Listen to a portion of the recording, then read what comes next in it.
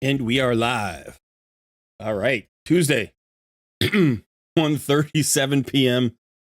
A little bit late. Sorry about that, folks. Baby time is a different kind of time, but I appreciate your patience. We are here. It is Tuesday. I'm excited to do some takeovers. And we've got a particular focus on today's takeover. We're going to be talking about the Wixwell Infinity team. I am deep in the Wixwell. This is just been an obsession for me for the past like 4 or 5 days.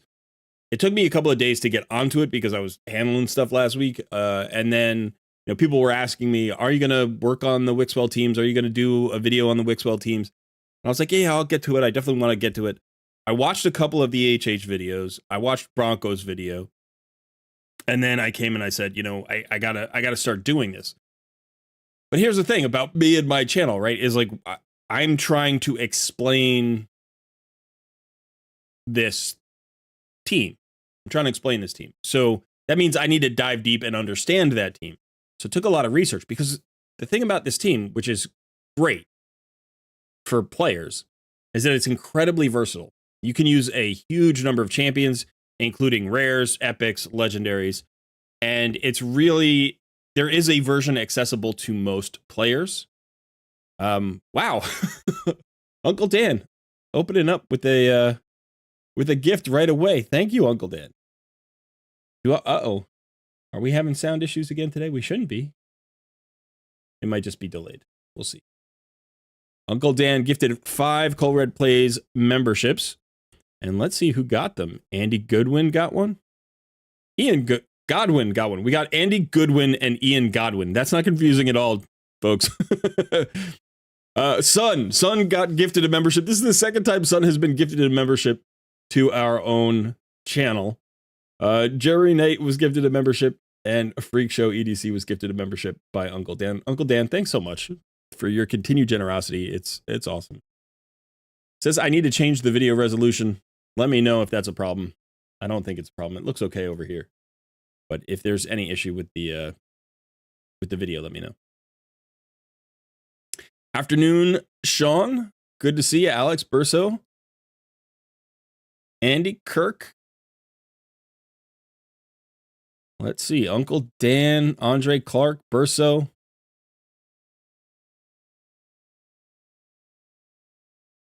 Okay. So it was your... Wait, what happened here? What happened here? Why did this not work?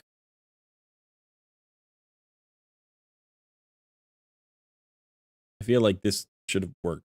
But maybe turn meter. Maybe turn meter was an issue? That might have been an issue. So let's go ahead and put in some more damage instead. Not HP burns. We just want some AoE damage. Who's got good AoE damage and isn't gonna be a problem? Let's try Eric. Do that. We'll see. I don't know. I wasn't paying attention. I didn't see why it failed. It doesn't usually fail.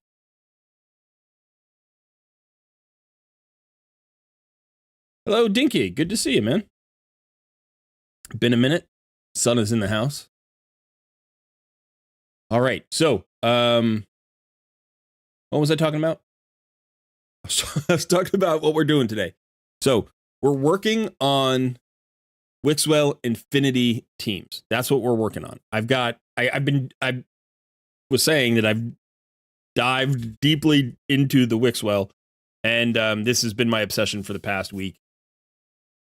And the nice thing is that it is available to so many people. There's so much variety, but that means when doing videos on it, it's really tricky because there's so much information. There's so much information.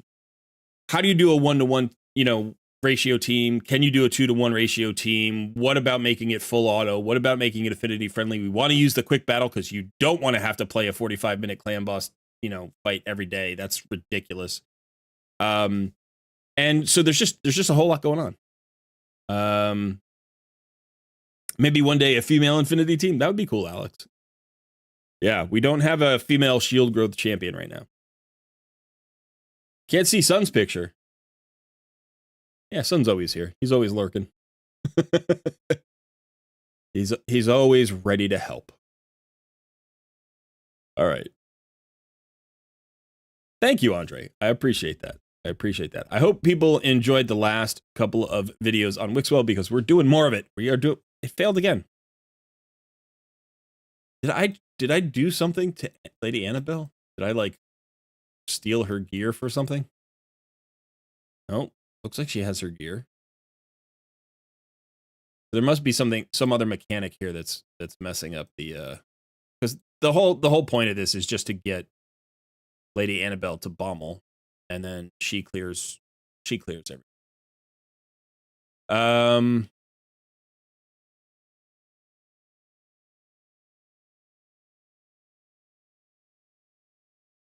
I could actually bring in Wukong, see if that helps speed things up. I don't know that it will, but let's just do that. And let's see if that's just I'm going to watch this time. But yeah, so Wixwell takeovers today. So if anybody is working on a Wixwell Infinity Clan Boss team, and they want to get some help with it because they're having trouble figuring it out, or if you've just been too daunted to try, even though you have Wixwell and you want an opinion on whether or not you can pull it off, those are the only takeovers we're going to be doing today. But I'm going to try to do a lot of them. I'm going to try to do like hopefully as many as possible. So maybe we can get in like 4 or 5, depending on how quickly we can do them. So yeah, let's see what's up here. All right, so Lady Annabelle's HP is too low right now. And she died. Why did she die there? Why are there so many red bombs?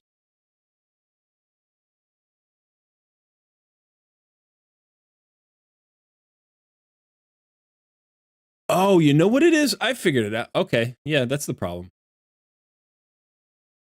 The problem is she's not in the AI. Like I was literally just running her right without a team. So there is a team with Lady Annabelle, I think, somewhere. Here. Okay, that'll work. That's why. It was just like she was using the wrong skills and stuff. Okay. Not a big deal. Not a big deal. Hello, Selena Fleen. Good to see you. Angelica, hello. Silver Bullet. You want to try Wixwell comp, but I'm missing only one book in his A2. Okay. Lou Mac. Oh, that's so cool. Wixwell focused. Yeah, that's what we're going to do today. I'm sorry, Patton. Not everybody's going to have them, but the good news is you can still pull Wixwell from a shard. Like Wixwell isn't one of those exclusive champions that disappears.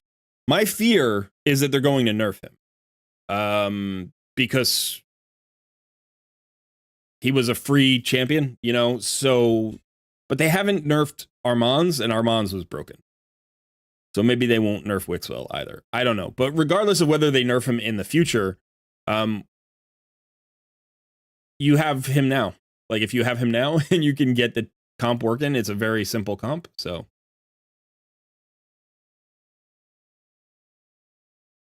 Andre Clark, how do I do a takeover? Basically, what's going to happen is we're all going to put our name in a hat. I'm not going to put my name in the hat, but everybody's going to put their name in the hat. It's a wheel.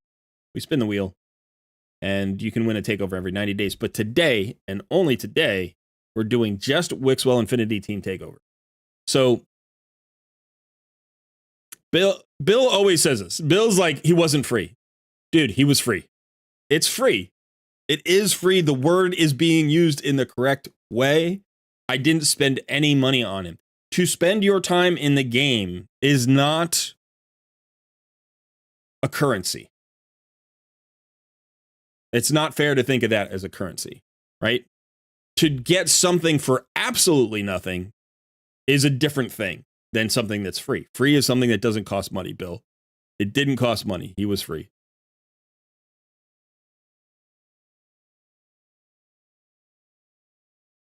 Doesn't matter if it takes your time. It's still free. It's still free. If you have to go to the store and they're giving away free iPhones or something, and you go there and you get an iPhone, was your iPhone free? Yes, of course it was. Well, I had to go to the store. It took my time and effort. I had to drive my car. It was free. It's something that you would have paid money for. And when you paid money for it, you would have also driven there and used gas and all that stuff. It's free, Bill. I'm not going to keep having this fight with you. I'm just not. It's free. If you don't want to see it that way, that's fine, but don't keep like saying it in the channel. There's it's not free. It's not free. He was free. He's a free champion. Rathalos also, by your definition, wasn't free, by the way. You had to log in. You know, so if you want to get absurd about it, we could get absurd about it. But he's a free champion. Not everybody got the free champion because not everybody had the opportunity to get him, and that's fine. You know, but if I'm a free-to-play player, any champion I can get without spending money is a free-to-play champion. And every fusion is a free-to-play champion. Okay. Andre, so this is you have them and you have the champions to do, but it's over my head. So you are the person that this takeover today. What is going on with this? Why is this a problem?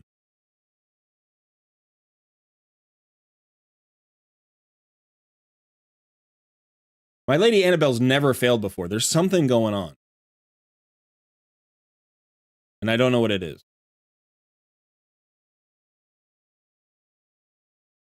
But yeah, so you're the person, Andre. You're the person that this live stream is for today. We're going to be doing Wixwell Infinity teams only.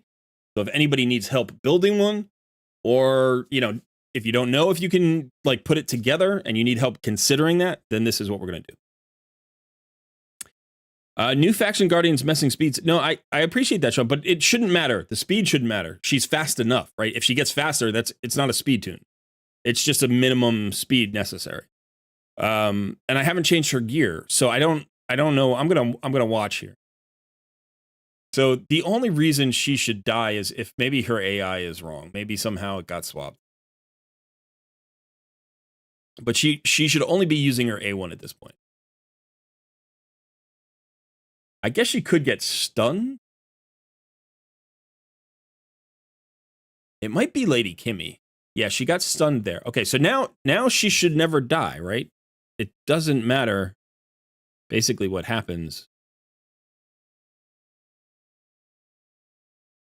Why is she dying? I know this is level 90 hard mode, but I built her originally for level 90 hard mode. I'm wondering if it's her shield ring. I wonder if it's her blood shield. Because maybe I did swap that. Maybe I swapped her into, because I think I originally had 3 revenge accessories. And her A1 heals her, right? Yeah, so I think I originally had all revenge accessories. So let's just try that. Let's just put her back into revenge accessories. Let's lift this up a little bit.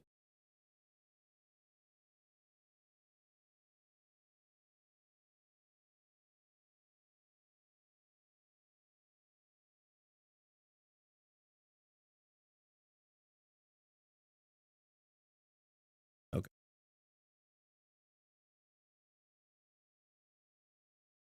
I mean, she's got 91,000 HP. She's at 243 speed. I'm pretty sure this was the build, but maybe it's just the blood shield ring was messing things up because she was getting an extra buff and he punishes buffs, you know, a little bit. Not even that much though. If this doesn't work, I'll worry about it later.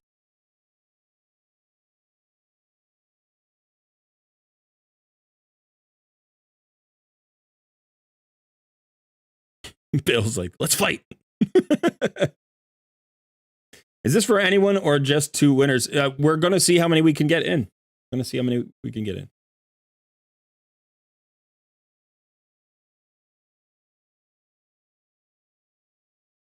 Yeah, she did die to normal hits. But like I said, I originally built her for floor 90 of hard mode, which is what we're on. So, and I maybe at some point I like stole her gear and then replaced it with like less good gear. I don't know.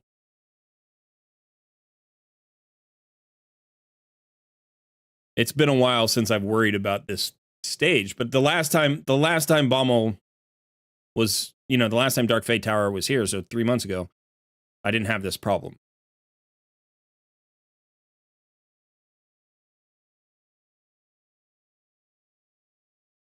Right? I mean, she's full health, right?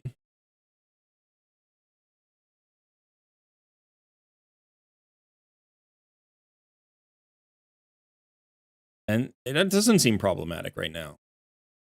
The normal hit does hit her hard. The HP burn adds damage. I think it was just the shield. Honestly, I think it was the shield buff because I was using her for a scarab boss in Centranos, and I think I put a blood shield ring on her, and I think that buff that she was getting was causing the problem. Because when you get a buff, he gives you a bomb or something, right? Like I don't. There's a point where he strips it off and gives you a bomb or something. I don't know. Anyway, we'll see if she works her way through this. Okay. All right, so last time here, this is what we're going to do. I'm going to explain what's going on today. So we're only doing Wixwell Infinity Team takeovers today. So I highly recommend if you're looking for a different kind of takeover, just don't react to the wheel of takeover today because this is the only kind of takeover we're doing. I'm hoping to get as many as possible. I want to try to do them as quickly as possible. So if you are either having trouble making yours work or you're not sure how to put one together, those are the people I'm specifically trying to help today because I do think there is potential for this to be nerfed in the future, but hopefully it won't be nerfed for a couple of months. And that means that, for right now, this is your easiest one key Ultra Nightmare team if you have the team composition.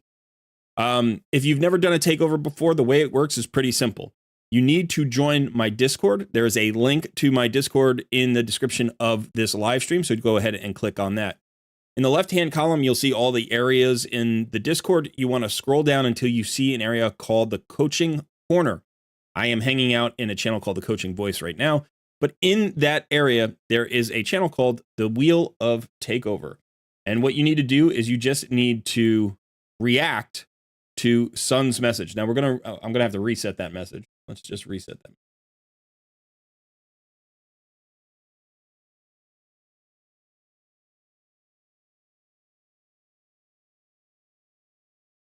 Okay, so I just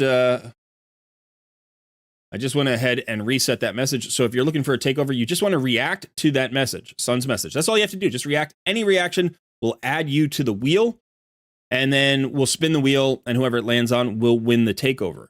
If you win the takeover, and this is something you should do right now, just in case, have your login information, like have your email address and your password, and you want to DM it to me right away so I can start logging into your account and get the ball rolling.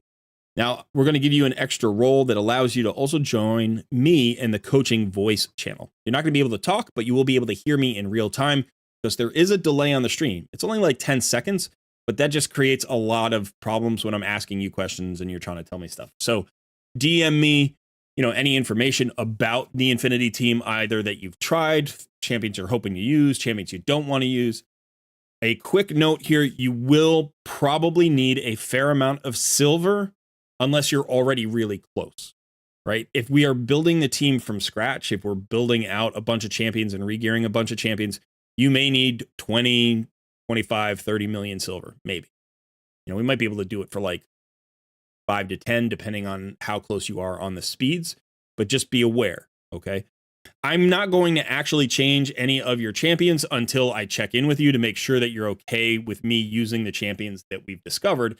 If you want to think about it, I will just give you the speed tune if I can. Like I'll give you the speed tune in the calculator so that you can go ahead and make those changes over time and get to the Infinity comp eventually.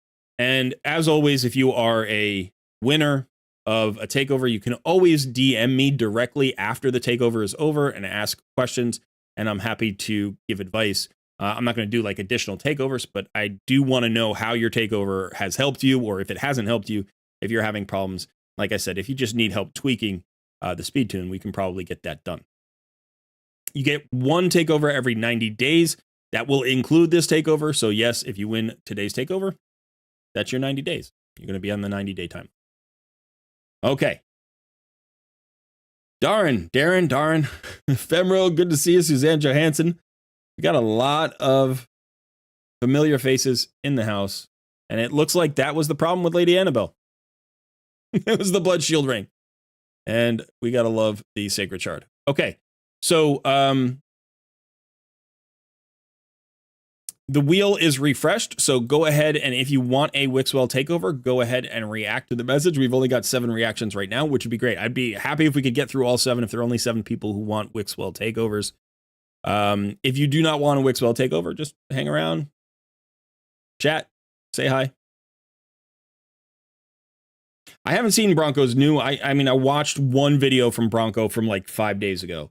I haven't watched since. I just haven't had a lot of time to watch videos because I've been working on these speed tunes so much. And I really enjoy working on Clan Boss speed tunes, so hopefully this will be good.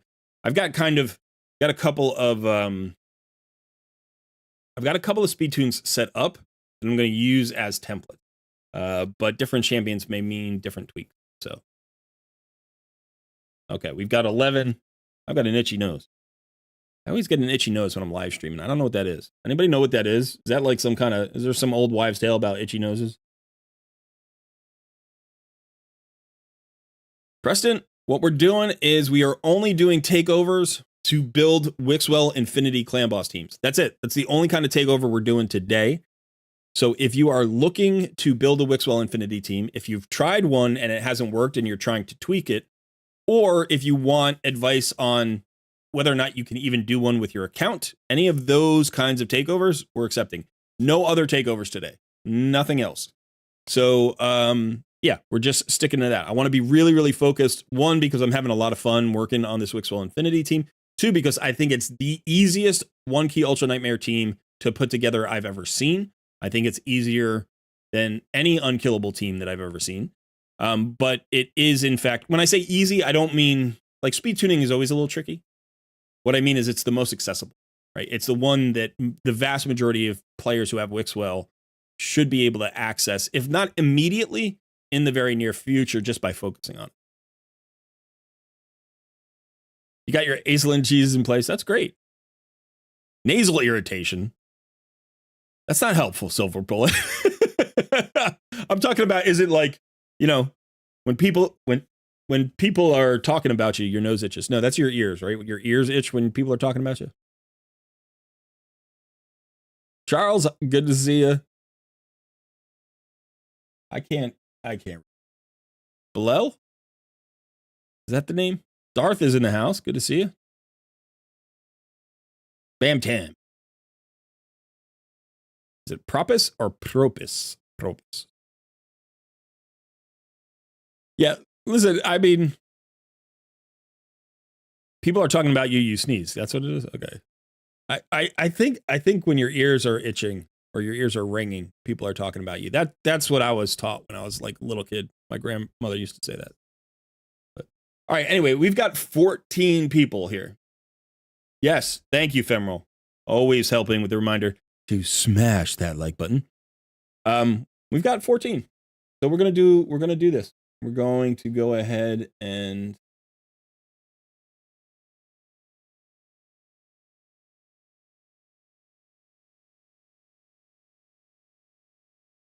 we're gonna run this.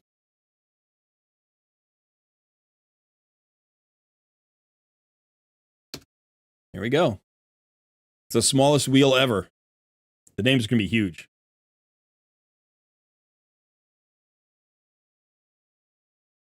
All right. Spinning the wheel. Grogu. wait, it says Grogu, but then it says, okay. So congrats.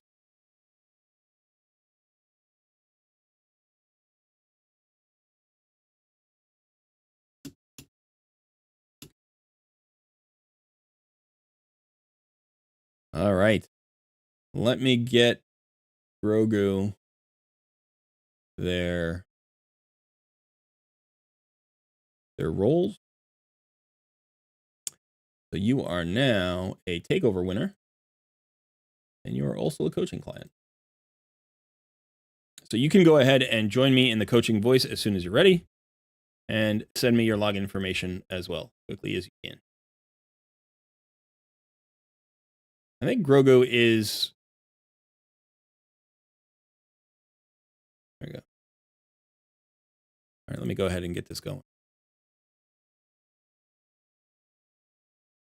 I've seen your name in the chat before. Like you are a member of the Discord community already, if I'm not mistaken.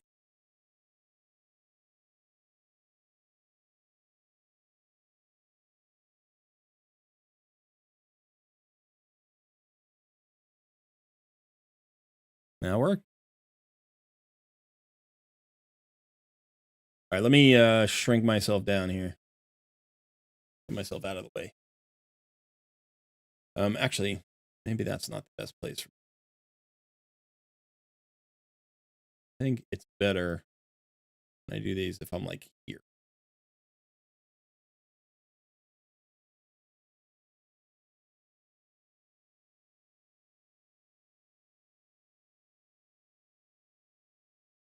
Actually, what I could do is I could do that. That would work too.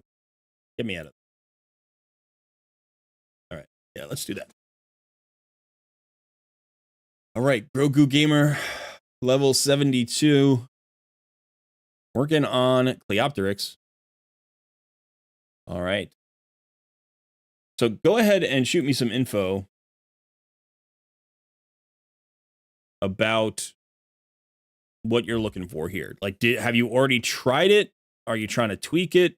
Do you not know if you have it?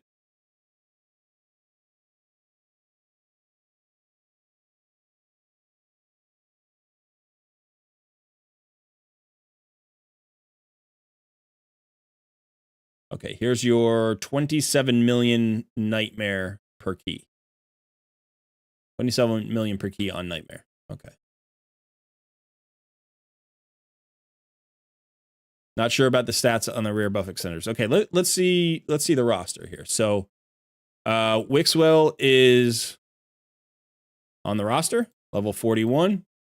You don't have the masteries yet, and you don't have the books yet. Okay, so we're not going to be able to build this for you right now, right? Like we can't get it operational, but we're going to put it together. We're going to theorize what it would take for you to get this done with the roster you have. Okay, that's what we're going to focus on. Now I notice you do have Valerie here at 50. You also have Hellborn Sprite at 50. Have you been working on taking them up? Is that what you've been like currently working on? Yeah, okay. That is what you've been working on. Let's go ahead and take a look at the vaults.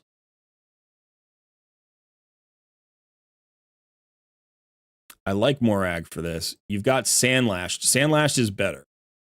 So you don't have to build Valerie. You have Sandlashed. Sandlashed is also a buff extender.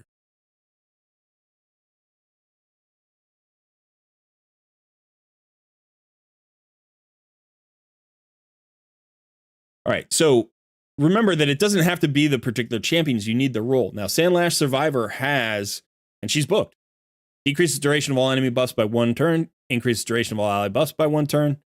That's what you need, right? You don't even need these extra books here in the A1. You don't need the extra books in the passive. The passive doesn't play. There will never be a point where she puts on her ally protection because the shields will never break, okay? So all you're using her for is this A2. Now, what's really nice about Sandlash Survivor is that she's very tanky comparatively, right? Like if you look at let's look at the stats for a second. Yeah, more buffs is better, and she doesn't bring any buffs. That's true. That's true. So there is something that we can consider there. Valerie doesn't bring much. What does she bring? Does she bring any? Does she bring any buff? I don't even know if she does. She brings a shield that we're not going to use.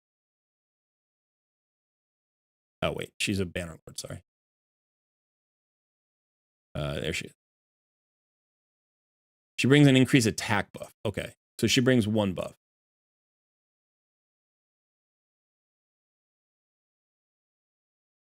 All right.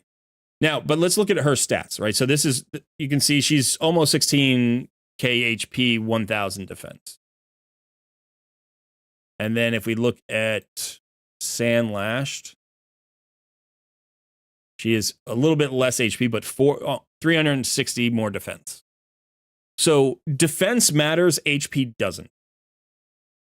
Okay, because when you're growing the shield, right? Like the shield is taking damage based on your defense number. Your HP literally doesn't factor into the equation. So the only reason to have high HP is to put somebody in a shield set. That's all we care about. So Sandlash Survivor is going to take less damage, which means her shield is going to take less damage, which means it's more likely to survive and be grown rather than break.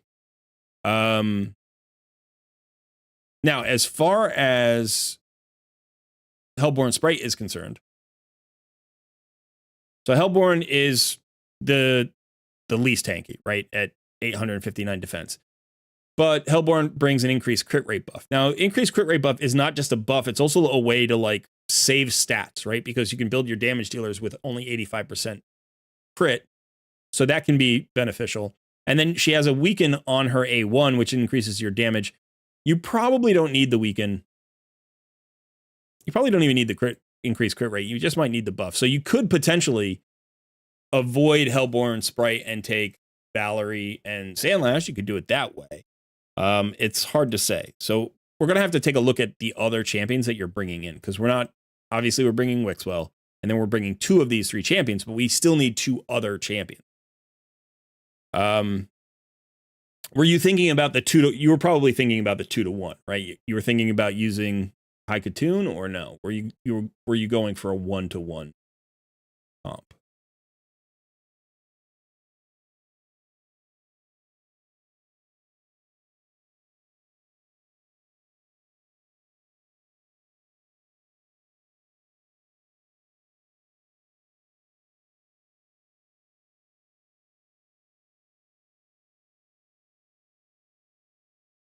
Okay, you were thinking about High Katoon. Okay. All right, so you have Mausoleum Mage, right? Now, one of the things that you need to do in order to get this to be full affinity friendly is you need a block debuffs champion. And Mausoleum Mage brings 3 buffs. Now, the increased defense is already from Wixwell, so you're really only getting 2 buffs. But this increased crit rate is 30%. That overrides the increased crit rate from Hellborn Sprite, right? So that makes Hellborn Sprite less useful, right? Because you still get the weaken, but you don't get the increased crit rate buff from her anymore. And he's slightly tankier than Hellborn Sprite anyway. Not that he's super tanky. And then you get the block debuffs. So we need a block debuffs champion. So we're going to do a quick search and see who you've got for block debuffs champion.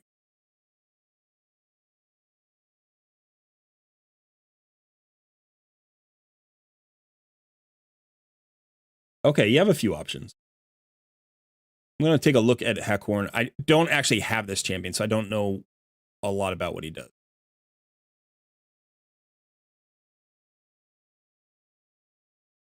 Okay.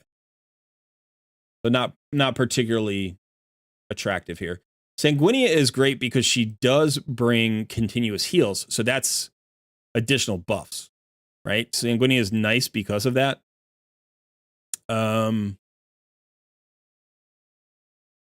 Broodlord is nice and tanky, actually, and he also brings ally protection on 1 champion.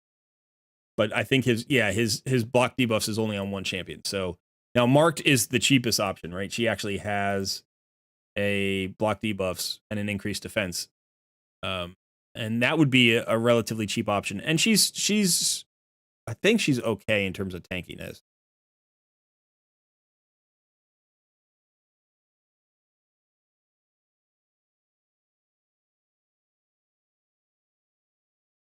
Yeah, not as good as I was hoping. It's just more HP tankiness, which normally is good.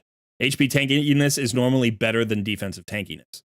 But in this particular case, it's not. You don't need a block debuffs. Tell me why you don't think you need a block debuffs.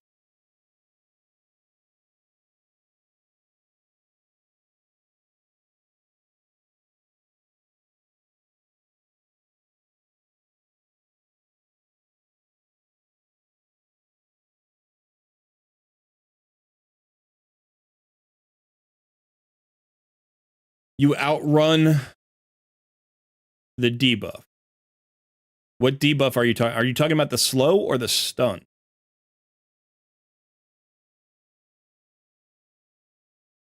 Yeah, I don't care about the decreased speed so much. I care about the stun. You can outrun the slow on Spirit Affinity, yes. But you can't outrun the stun.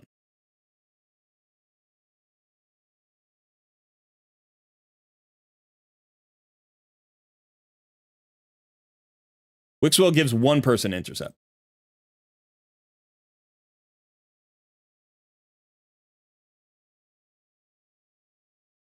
Let me...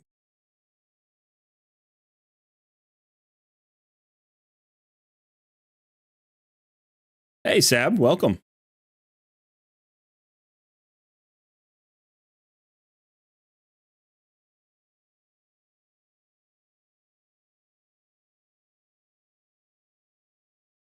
Okay, so you're gonna swap your champion. You're gonna have different lineups for different affinities. That's what you want to do? Gotcha.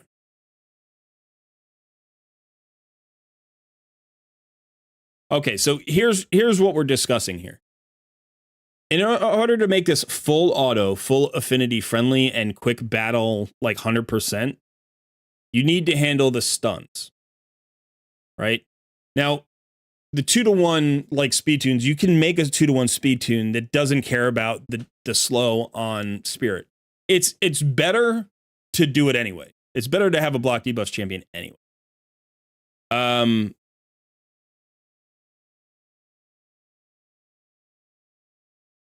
I'm sorry, I'm just reading something.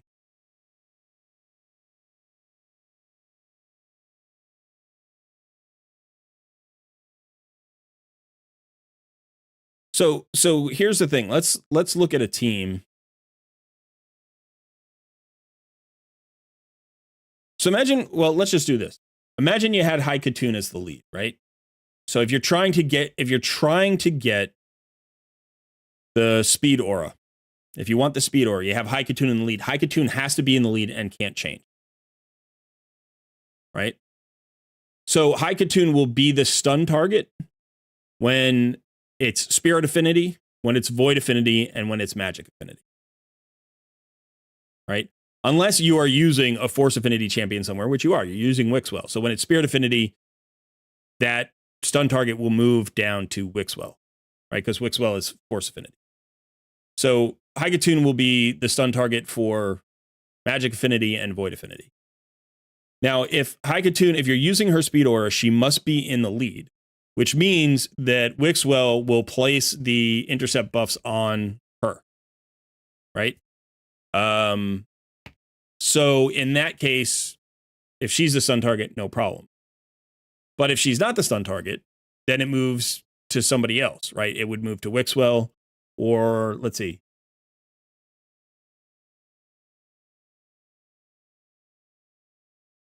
So Spirit Affinity,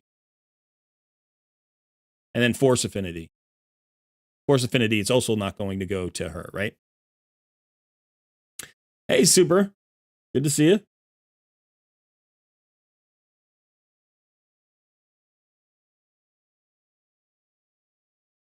Place your stun target second in the turn order. Give everyone except the DPS Steadfast Mastery full auto.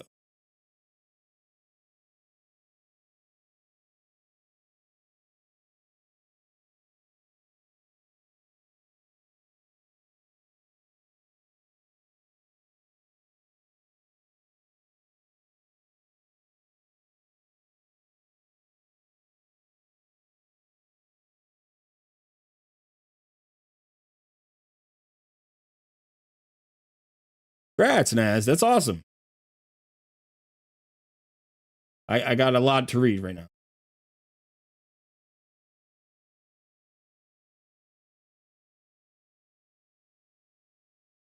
All right, so Darren, you're saying... So if I'm looking at the speed tune, let's see. There's a lot. Oh, wow, I didn't even notice that I had a shrunken screen. That's right. When I do it this way. That's why I do this. That's why I do this instead. Okay. Okay. So let's take a look at the speed tune.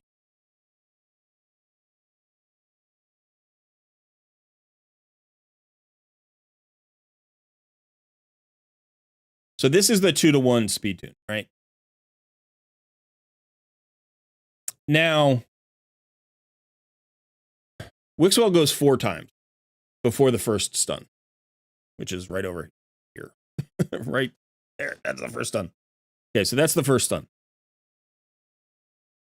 Again, this is why I moved my camera. Let me move my camera.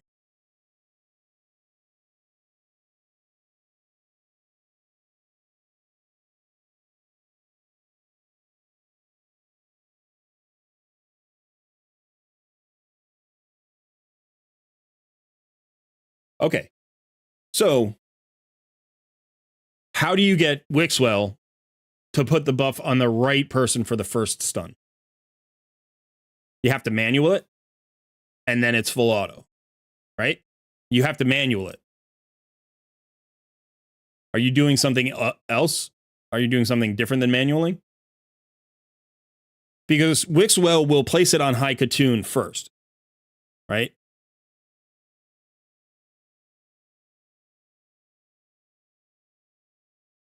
You're going to turn the A3. You're going to leave the A3 on.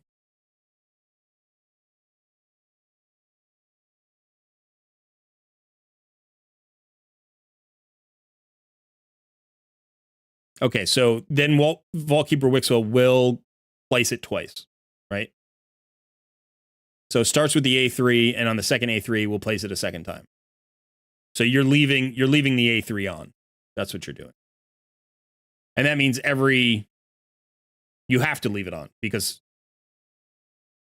the second target will be stunned, and then the A3 will go on back on that target, and then the A3 will go on the third champion, and then the second champion will be stunned, and then the A3 will go back on the second champion, and then on the fourth champion, and then the second champion will be stunned, and then the A3 will be go on the second champion and the fifth champion, and then everybody will have it, right? And then every time it comes off, it'll just be reapplied to the stun target.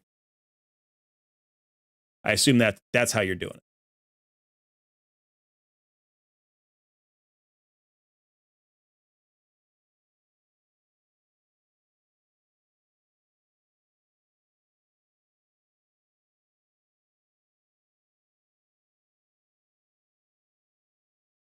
Okay. All right. So here's the thing. I think that's suboptimal. I think it's okay. I mean, it could work. It could work great. I actually like the other solution. I like bringing a block debuffs champion, because then there's no doubt it just works. And you don't need a damage dealer. You don't actually need a damage dealer, I don't think. But since this is the way that our takeover contestant wants to run it, that is the way we will run it. So let's, yeah. Oops. Okay. So in that case, we would be running high Katoon. Now that means you will need to consider your stun targets for each affinity. You need to know who the stun target's going to be for each affinity. And you don't need to use Steadfast Mastery at all. You don't need Steadfast. You just need the turn order to be right.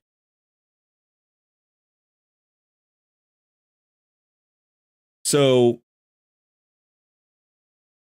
hey, Shock. Good to see you.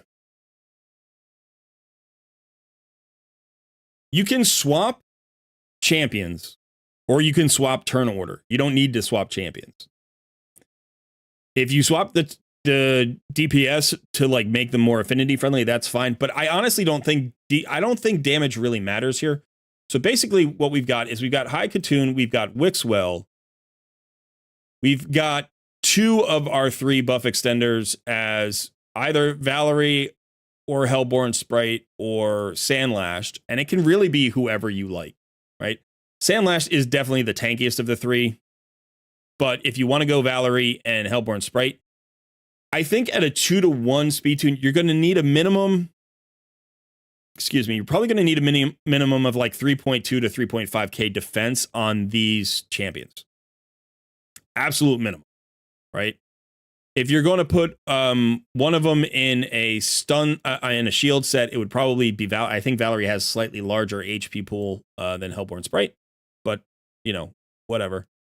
And so now we're talking about DPS, right? Your DPS doesn't matter. It doesn't matter. You can bring anybody. You can bring anybody as long as they don't have an extra turn mechanic or too much turn meter fill. If they have turn meter fill, you're going to have to figure out like how to get them into the comp. But so Frozen Banshee is fine, right? One of the things, again, though, is that your DPS needs to be at least tanky enough that their shield doesn't break.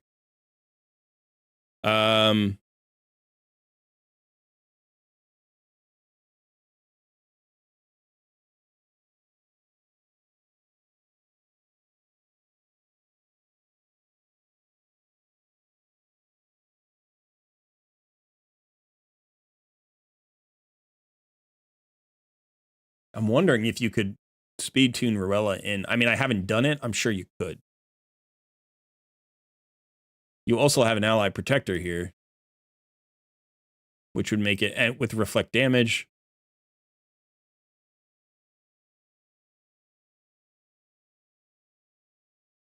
And he's another decrease attack champion. So decrease attack is really important.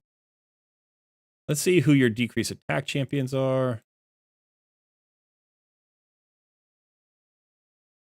Aox has poisons on the A1. That could be really nice. And a decreased crit rate, which is also nice. And then increases duration of 2 random debuffs.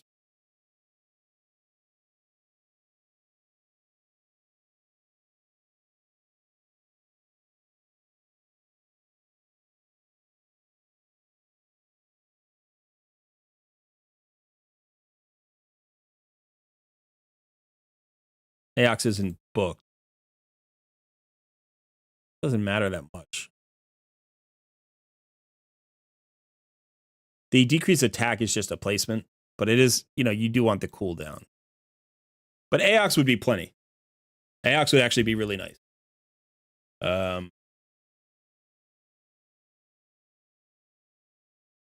So let's imagine for a second the team. By the way, do you have a... No. Okay. You don't have a key.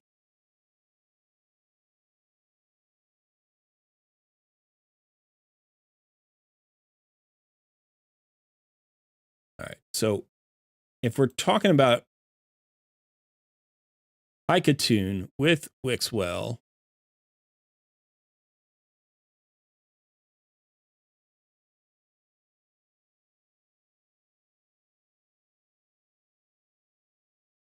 let's go for the buffs. For each buff on the team, you get a 3% multiplier.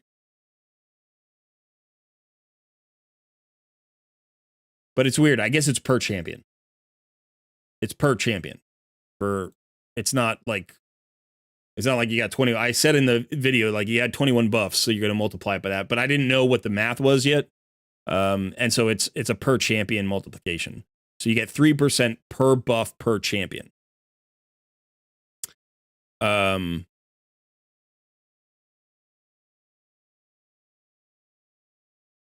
So if you did this would be more than enough damage on all affinities. This should be more than enough damage on all affinities. As long as everybody's got masteries, no problem. Because Aox poisons are going to be more than enough. You could throw one of, the champions in a toxic set if you were looking to get extra damage. But my guess is this will probably clear like at least 100 million, maybe like 150 million. Maybe not 150 million, maybe like 120 million. My guess is Sprite and Valerie are going to pull down 10 to 15 million each. Wixwell will probably get like 40 million. So right there, you've got your 70. Aox is probably going to pull down 40 million. And then you've got Icatoon. Yeah, you're going to get like 150 million here. So you don't need a... This is one of the things that like I've found. When you do the 2-to-1, you don't need a damage dealer. You can just build it with 5 support champions and it would work. It would absolutely work as long as everybody's got Giant Slayer or War Master. But, a little bit of poisons would be fine. If you don't like this, if you want to do something that's more aggressive, you can, you could certainly do this. That would be more poisons plus the poison sensitivity. I think if you go 1,500 turns, if you go to the turn limit and you have no damage on somebody, but they just have a capstone mastery, like let's say Hellborn Sprite, you're probably going to pull down like 10, 12 million just from the capstone mastery, just from the War Master or the Giant Slayer.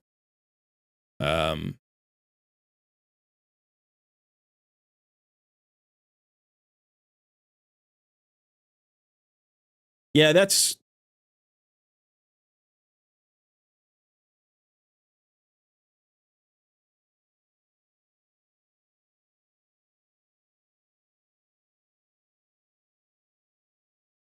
it. The intercept buff shouldn't change the target. It shouldn't change the target. We're not at speeds yet. We're not there yet.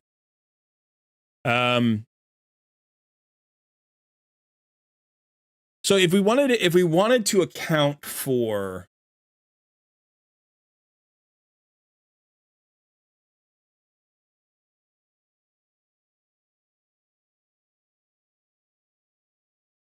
you can't avoid using a buff extender that has the same affinity as Haikatoon, because he doesn't have one. So it's either going to be Sandlash or it's going to be Hellborn. Now, like I said, I prefer Sandlash because Sandlash is tankier, but Hellborn does give one extra buff. You know? But you could use Hellborn Sprite. Right? Now, if against Void Affinity, Haikatoon should be the stun target. Against Magic Affinity, Haikatoon should be the stun target. Against Spirit Affinity, Wixwell should be the stun target. And against Force Affinity, here it would be Valerie, but what we can do is, we just, so, if we did it like this, if we did it in reverse order, now your stun target is going to be your Banshee. But the better way to do it would be to just change the turn order. So really what you should do is, you're going to have, let's see. So this is Spirit Affinity. This is Team 11 is going to be Spirit Affinity, and it's going to be Force Affinity. It's going to be Spirit Affinity. Yes, because Wixwell will take this stun. It'll be Magic Affinity. It won't be. So Force Affinity is the one that you're going to have the extra team for. So basically what you would do here for Force Affinity is you would actually do, you don't need to worry about who the damage dealer is. You just put in Valerie as your second, and then you put in Wixwell. Where's Wixwell? There he is. And then you do, whoever.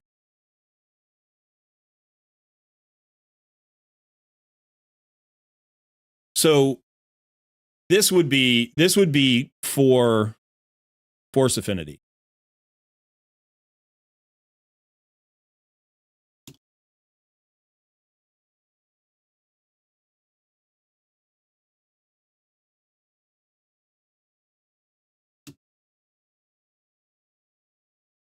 Right? Because now for Force Affinity, your magic champion is going to be the stun target. Match DPS with buff extender, that is bad affinity. Yeah, darn, you don't need to do all of that extra, right? Like you can, but you don't really need to. So what's basically going to happen is if you have one weak affinity champion, that one weak affinity champion will always be the target. That's the nice thing. If you have two weak affinity champions, typically the champion that is higher in the turn order is more likely to be attacked. Right? Now, there are other things you can do to manipulate that if you're taking damage, but if you're not taking damage, it doesn't matter. And that means if the shield never breaks, it literally doesn't matter. It shouldn't affect the stun target. The stun target should always be the highest turn order weak affinity champion. You don't need the steadfast mastery. There's no damage. Because the targeting changes based on which champ is more killable. But that calculation is based on the percentage of HP that they have left. Right? So they all have 100% HP left. So it's just going to be highest in the turn order. You don't need steadfast mastery on anybody. You don't need to use it. It's calculated on buffs afterwards.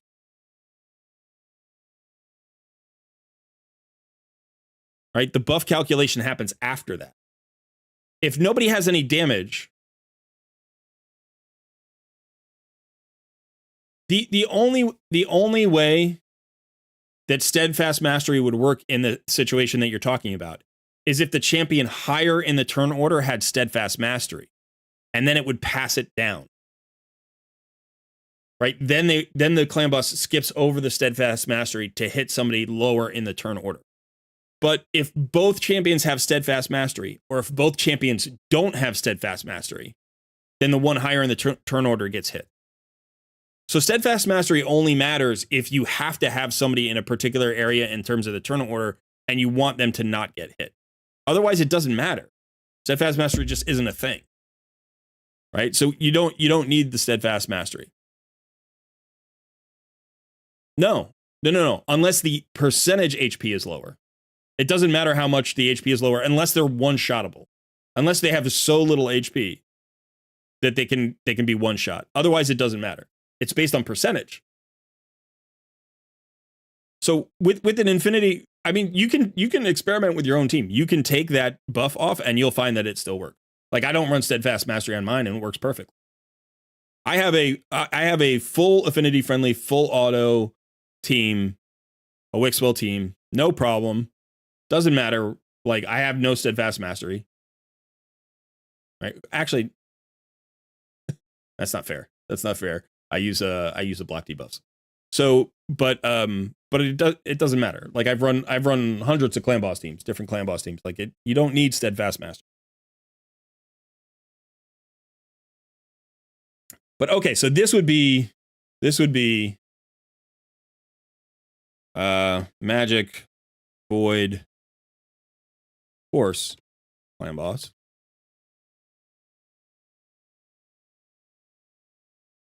Let's see if we can get all of it. Magic, Force, Void. Nope. It won't let me. Damn it.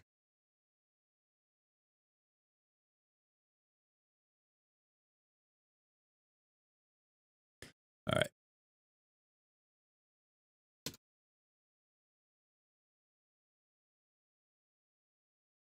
Oh, I can't use that? Then why let me type it in? All right. So this would be that. Now, again, it could be any damage dealer that you like. What I would do, honestly, is I would look for a damage dealer that's relatively tanky, that has high defense. Because the thing about this is, defense is the only stat that matters in terms of tankiness for an Infinity Clan Boss team. You do not care about HP at all, except on the one champion who is your shield champion.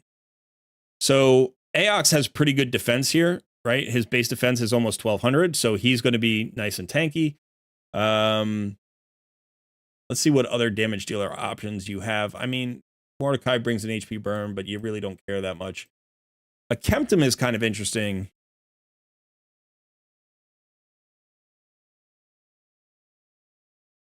A Kemptum would do a lot of damage, but is relatively squishy at 881 defense. So if you wanted to put a lot of stats on him, you could try.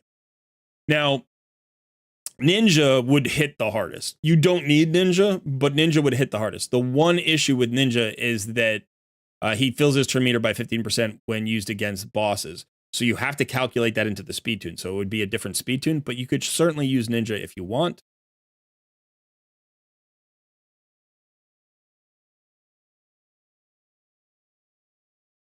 Let's look at the vaults.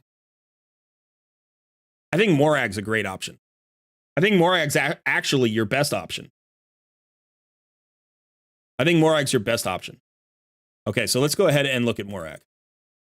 So first of all, she's a defensive-based damage dealer, right? So her stats are very good. She's got 1300 defense, right? But on top of that, when she does her ally attack, she puts a strengthen buff on all allies for 2 turns, and then you extend that strengthen buff, and you have the strengthen buff forever, right? that allows you to save so much in terms of stats from your other champions. So it's not just that the buff adds the multiplier, it's that it's a 25% damage mitigation. That is massively, I'm sorry, this is not her ally attack. This is her ally attack. So you would use this once, and then she would only use her A1 and her A3. You would just turn her A2 off. Or you could use it. I mean, it hits decently hard. But, and then she counterattacks when under a strengthened buff placed by this champion. So she will get her own counterattack. So I actually think she might be even better than Aox.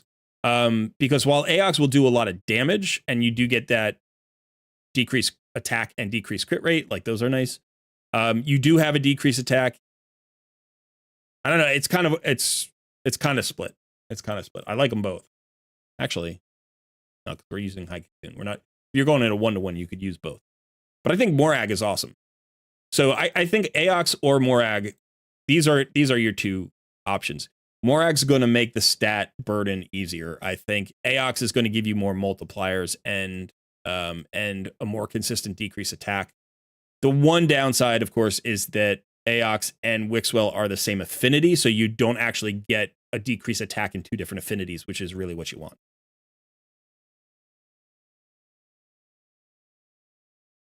Yeah, that's true. Morag in a toxic set could be really great, because with the counterattack, right, she's going to keep landing that poison. You know, you're going to get more poisons out there, but you don't need the damage. I'm telling you, folks, you don't need the damage. If you want crazy numbers, if you're looking for like 200, 300, 400 million in damage, then yes, then go ahead. Then go crazy, push all your crit rates, do whatever. But if you just want this team to work, I think you don't need a damage dealer. You just need to survive. You just need it to get to 1,500 turns. Any five champions, well, not any five champions, because you're using Haikatun and Wixwell, right? But at a 2-to-1 ratio, any composition, as long as every champion has either War Master or Giant Slayer, you have five champions who have that, and you get to 1,500 turns at a 2-to-1 ratio, you're going to get 100 million. I don't think you get less than 100 million. I think, Wixwell does damage. He's going to be built very tanky. You need 5k defense on him. You need at least 5k defense on Wixwell. Right? So that's just for the initial shield, right? Remember that his shield is based on increased defense. So you need 5k defense on Wixwell. Just with that, even without a lot of crit rate or anything, he's going to do a lot of damage. He's going to hit decently hard. So he's going to get you, I don't know, 30 million, 40 million by himself. So you're already halfway there. You're already halfway there with one champion. Your four other champions don't have to do any damage at all. They could be doing 8 million damage each, and you're home. So yeah, I'm just streaming on YouTube. We do want to dual stream it eventually, but right now it's just here. Hey Crop, good to see you. Yes, I think Morag is perfect. I would highly recommend. So let's go back to the champions, the teams. I would highly recommend that here we use Morag. I think Morag is the right option. But your other option being Aox. So I think those are your two champions that you have to think about. It's just fun to have Morag. It's fun to have ally attacks. It's fun to have counter attacks. She's going to bring more damage than Aox probably. So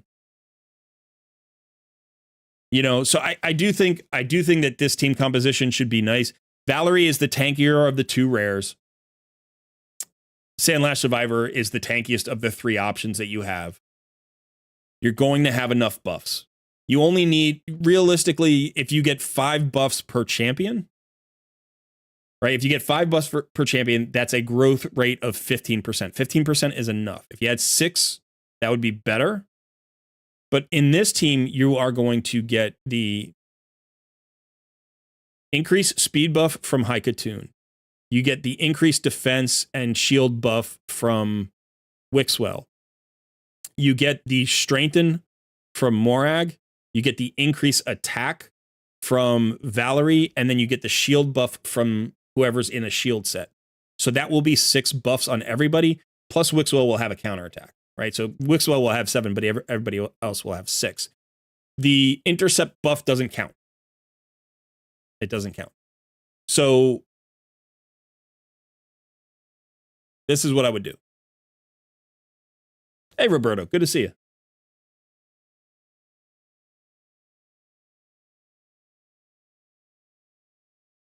What I'm saying is you don't need a damage dealer in this composition to hit 1 key Ultra Nightmare. Right? You can hit 1 key Ultra Nightmare with no damage dealer. If you had, so for instance, instead of Morag here is the only damage dealer. She's the only like champion whose sole purpose is to bring basically damage. Right? Haikatoon is not a damage dealer. Valerie and Sandlash Survivors are buff extenders. Wixwell is a defense, you know, like he's just the champion that makes the shield grow. So Morag's purpose is primarily to bring in damage here. But if you don't have her, if you just had another, I don't know, you had another buff extender. If you had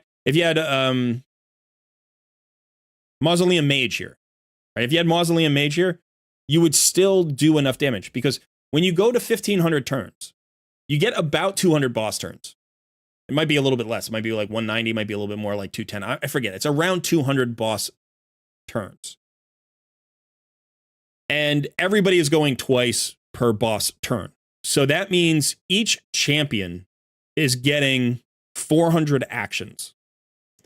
If half of those are hits, right? If half of those actions are hits, and this is without counterattacks, this is without ally attacks. If just half of those, and remember, Wixwell has the counterattack, right? So, but if half of those are hits, right? And you're talking about 200 hits per champion, you get 1,000 hits. You get 1,000 opportunities, 1,000 opportunities to fire off Giant Slayer and War Master. So, will Skull Crusher work? People have been asking about Skull Crusher. I don't think Skull Crusher is a good option. I don't think he's a good option. I think he's an option. Like, you can use him, but I don't think Skull Crusher is awesome. So here's why. I'll show you.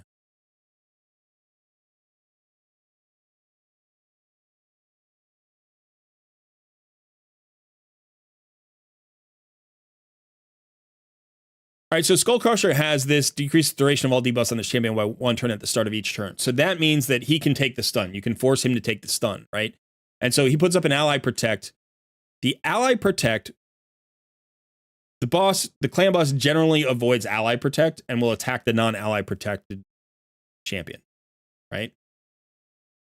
But here's the thing. The Ally Protection champion, when you have Ally Protect up, their shields are taking the damage of everybody else, right? The Ally Protect means that you take 50% of the damage. Like, I know that it's reduced. I know that it's mitigated in Clan Boss. There's a whole mechanic behind that where you don't like take as much damage because it's not multiplied. But you're still like early on, those first few hits, the Ally Protector is taking a ton of shield damage. And as a result, I think any Ally Protector has to be built extremely tanky, really, really defensive. So you would need probably a Defiant set and a Stalwart set, and you would need to get like 5k or 6k defense on Skull Crusher to make it work. So the stat burden is just really, really, really high. You might even have to put somebody else in a Guardian set to make it work. Because unlike the Brogni shield, Brogni shields are grown just by the 30% of the damage that he does. But Wixwell's shields are multiplied. So if they're too small, it doesn't like the multiplier doesn't, like, if you're multiplying 1,000 points of shield by 15%, you know, like 115%, you're just adding 150 shield. It's not enough. So the first like 3 or 4, probably the first 10 clan boss turns, like the first 20 AoEs and the first 10 stuns are really important. So remember, he's the Ally Protector. He's also taking the stun. So he gets hit 3 times, plus he's soaking up the damage of everybody else that he's Ally Protecting. So keeping his shield large enough for the Wixwell multiplier to work would be really, really hard. I think the stat burden would be really high. I think you'd need God tier gear, and I think you'd need to spread it around. Okay.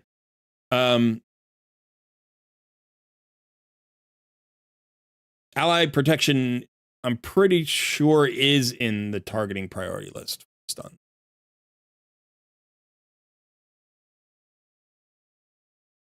Maybe it's not. I have to go back and look at that. But regardless, right? I'm pretty sure it has to be, because that's the reason why he becomes the stun target. Maybe it's the counterattack. Maybe it's the counterattack, not the ally protect. That's it. That could be it. He places a counterattack on all allies, and maybe the clan boss avoids the counterattack, not the ally protect. That could be the reason. But the whole reason to bring Skull Crusher in is because he forces himself to become the stun target. Yeah. Yeah. So you're right. It could be the counterattack, not the ally protect. But regardless, I just think I think keeping him alive, I think getting his shield growing would be so hard. Now, Martyr, on the other hand, would be awesome. If you have Martyr, I'm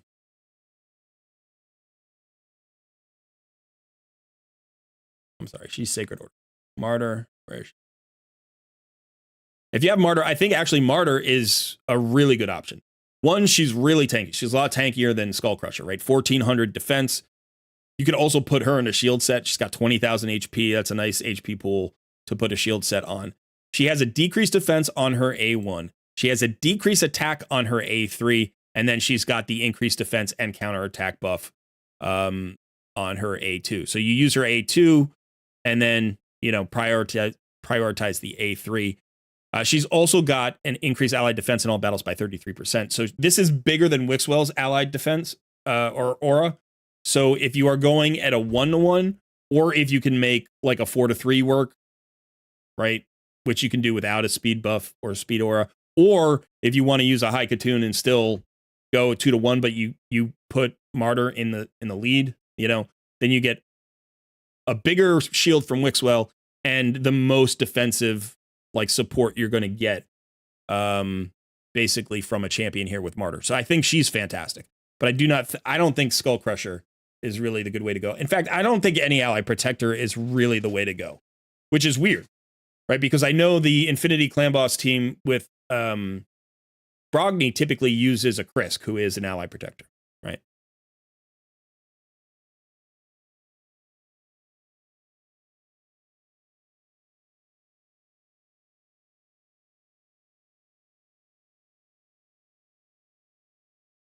Yeah, no worries, Grogu. So I think we have two good team comps here. I think we have two good options, and you can just decide which one you want. And one of the things we can actually do here is we could say, okay, let's pull this and put in Sprite. So we have 5 champions. We need 3 of 5 champions, right? We need either as our damage dealer Morag or Aox, and then we need 2 out of the 3 options for buff extenders: Sandlash Survivor, Valerie, and Hellborn Sprite. And I think that while Sandlash Survivor is giving away, Sandlash Survivor's not bringing a buff, whereas both Hellborn Sprite and Valerie bring buffs, I do think that Sandlash Survivor may be the easier one to build. You're only losing 3% a multiplier by losing a buff. And as long as you get 5 buffs, preferably 6, I think you've got enough. I don't think you need more than that at a 2-to-1 ratio. If you're going 1-to-1 ratio, you might need more than that. But this is a 2-to-1 ratio team. So, hey, Great Dane, good to see you.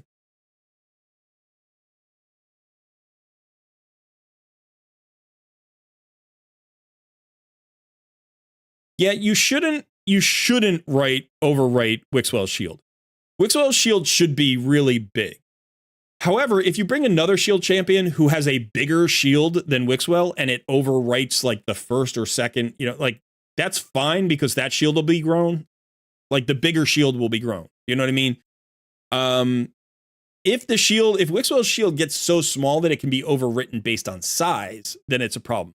If you're worried about the duration, all you have to do is make sure that you extend it twice before the end of the turn, right? Because then it will always be longer. So unless you have a champion that has a 3-turn shield duration, which there may be some, then you have to worry about that. But with this composition, you shouldn't have to worry about it.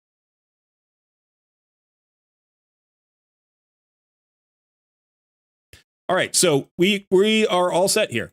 So it's going to take a little while for Grogu here to build that team and get it, because you need books. And it looks like you're going to be compiling books for a while. But you got 2 very good teams there. This is what I would highly suggest to everybody. It's fine to build your buff extender. It's fine to build your buff extenders. But if you don't have Wixwell booked yet, you can hold off on your buff extenders. You can get them to 50 or you could get them to 40 and just chill there for 2 reasons. One is because if it takes a long time for you to get your books for Wixwell, you might access Lady Mikage. And Lady Mikage should replace either of those buff extenders, right? She brings a lot more. She brings an increased attack and crit damage. That's 2 buffs. She brings an ally attack. She's like tankier naturally, so you get more out of Lady Mikage. So if you ever get to Lady Mikage, she should go in the team. The other thing is you might pull a Brogni. You might pull a Corvus. You might pull, another champion that makes the composition different. So until you have Wixwell fully built, don't commit all of the other champions. Don't be like, well, I've got time, right? I'm waiting. I need 7 books for Wixwell, so I'm going to build all my other champions in the meantime. Like, you should probably focus on some other good epics. Focus on optimizing the other legendaries that you have or whatever. Like, compile the books first. Get Wixwell there first, because without Wixwell, the team composition doesn't work. So don't overinvest in the team composition, especially because let's say it takes you 3 months to get the books for Wixwell. And if they nerf him in those 3 months, you're going to be so angry that you invested all this time and energy in all these other champions. So, yeah.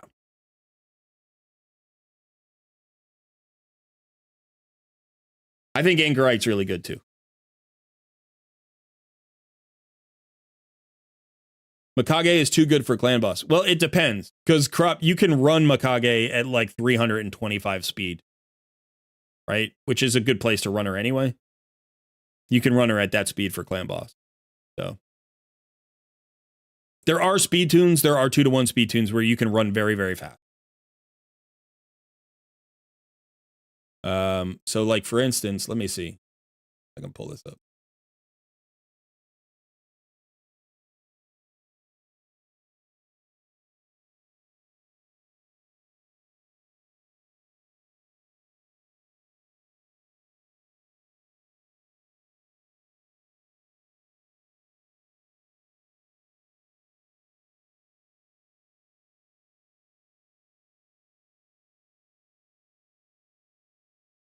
Yeah, maybe.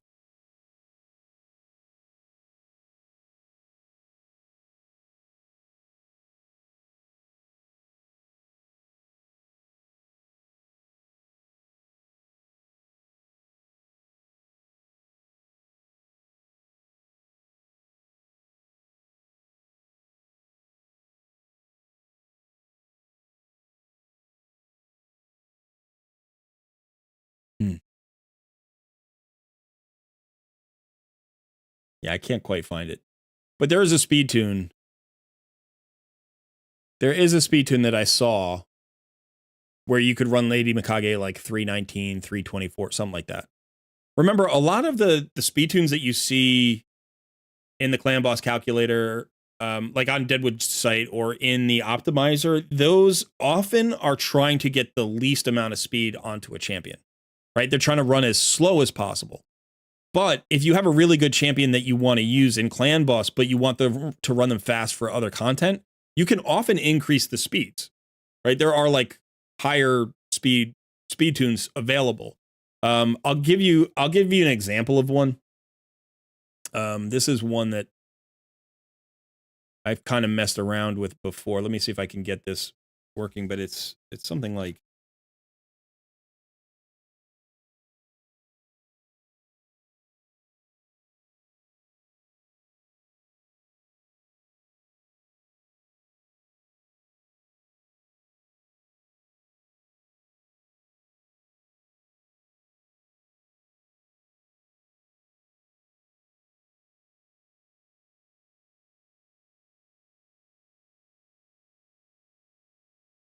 I'm just trying to get it to work.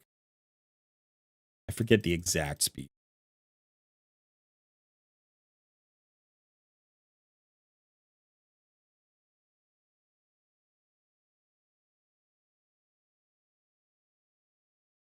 Yeah, whatever. All right, so I'll show you this. So this is just a speed tune. This is basically 4 champions at 4-3, and then 1 champion at 1-1. So let's see, who is the 1-1 champion here? Blue goes 4, purple goes 4, green goes 4, orange goes 4, yellow goes once. See how yellow only goes one per cycle, and this actually rotates. But this isn't the exact speed tune that I was thinking of. But there is a speed tune that's like this. Maybe I have to go faster with my fastest champion. I have to go a little bit faster. Is that it? That looks like it. There it is. Yeah, okay, this is it. So this is 5 champions at a 4-3. Right? You get 20 actions per cycle. So 20 per actions, 4 actions per champion, 5 champions is 20 actions. So this is 5 champions at a 4-3. It's very fast, like roughly. And you can push these speeds higher. Some of these speeds could go up as high as like 280 or something like that. So my point is, if you want to run a particular comp, sometimes you can run that comp much, much slower. Like, you do not need to run these speeds to get champions at 4-3. You don't. But you can just keep pushing. Like, this champion can go. Speed tune doesn't break until you get to 290. So at 289, you're still running the same speed tune. Right? So you can run this champion at 260. Or you can run this champion at 289 and get the same speed. Right? That's a massive. So it's like, if you want to run Lady Mikage fast in a 2-1, you can run her over 300 speed. That was my point. I couldn't find the actual speed thing. But all right, let's go ahead and reset the wheel. I think Sun is in the house. I don't know if Sun's here enough, but let's go ahead and reset the wheel. Where am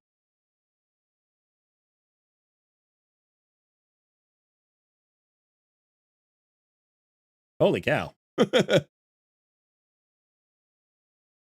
All right. So thank you to Grou.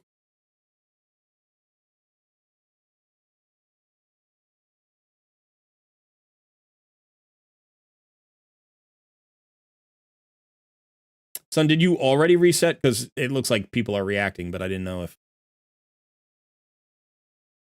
Let's stop. I'm going to reset the reaction. So don't react right now. We are only doing Wixwell Infinity Team Takeovers. Okay, so if you want help tweaking your team, if you want help building a team, or if you want advice on whether or not you can even run a team, that's what we're doing today. Okay, so no other takeovers today. We're not doing anything else. So only Wixwell Infinity teams. So I'm going to reset the reactions. And if you are interested in a Wixwell Infinity Clan Boss takeover, then go ahead and react right now. I'm going to give it like 3 minutes, and then we're going to do the next takeover. Okay, so if you don't want a Wixwell Infinity team, then today is not your day, unfortunately. Okay, so we only had like 10 applicants last time. It's fine. I'm going to try to give away a few more. We're going to try to get at least 2 more in, 3 more if we can. We'll see. All right, so we're going to give it 3 minutes. Hey, Live Wild is in the house. Good to see you, Liv. It's been a long time, man. Eric, John Hodgson, What If Raid, Aqua Puppy. The real techniques. Prothex says, I am using Vaultkeeper along with 4 buff extenders and Mikage at 345-ish speed or so. No true speed tune needed. Haven't had any issues so far. Yes, if you go with 4 buff extenders, you're probably fine. You're probably fine with 4 buff extenders. You could also go 5 buff extenders. You could literally do all 5. Obviously, you can't do that with a speed buff champion because there's no speed buff champion who are buff extenders. But you could go 4 buff extenders.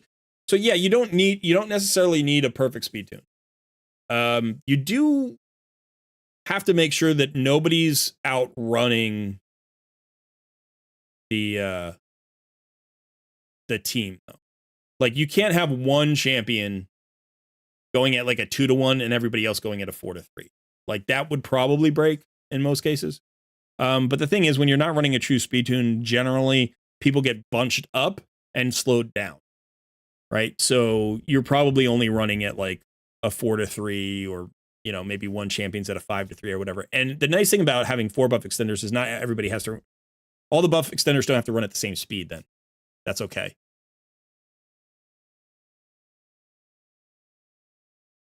Yeah, the whole thing with Saf is whatever. Like, if they nerf him a little bit, but still leave the team viable, I don't care.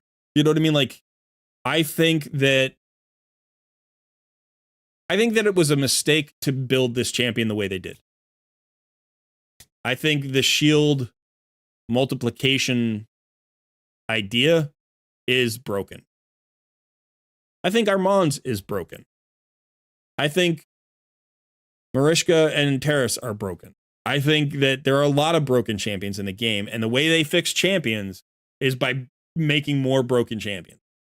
But at some point, the problem with that philosophy is you have so much brokenness going on that the overall integrity of the game mechanics start to break down, right? So at this point, this is a very accessible free-to-play composition, and I hope they don't nerf the composition so that it's no longer viable. If they do, I'll be pretty pissed. That being said, if they decided to change it a little bit, that's okay. I don't mind if they change it a little bit.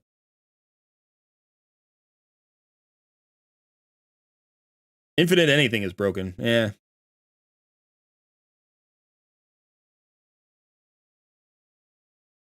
Yeah, that is true. When you think about it, like Wixwell was the community voting champion. Like we picked this guy. I remember I said this was the skill set we should pick, and people were like, no, this is wasted. We should definitely we should go for the damage dealing one. I was like, no, this is gonna work. People were getting mad though at first, and now everybody's like, yeah. The thing I like about Wixwell is that you still need to build a legitimate composition. He is not a one champ broken like mechanic, right? You still need to build around him, but you can do some crazy things.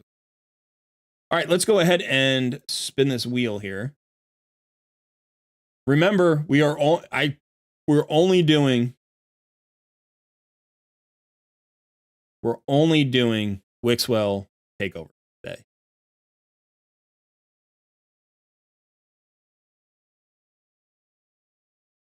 So if you have reacted and you win,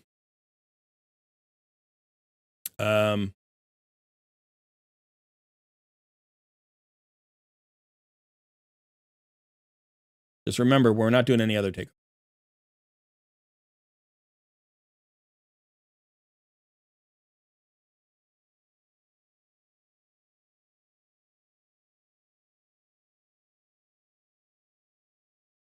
Drizzy Dre won. Will Infinity team with Wixwell, will it also work in Iron Twins? Iron Twins cleanses your buffs, right? Doesn't Iron Twins remove your buffs? Iron Twins has a mechanic where they remove your buffs, I'm pretty sure. So I don't think Wixwell will work.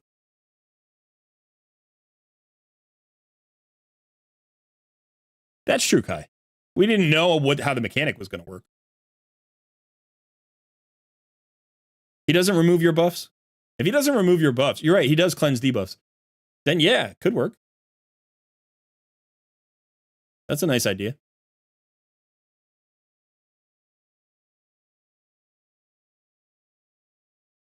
You thought I said Wixwell gear cleanse. Yeah.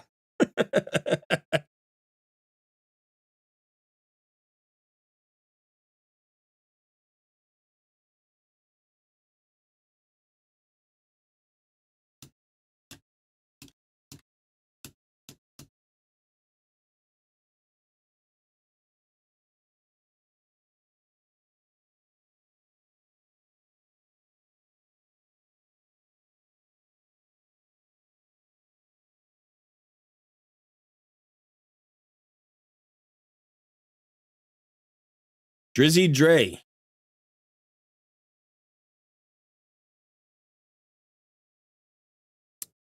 I have DM'd you in Discord. All you have to do is respond to my message and send me your login information.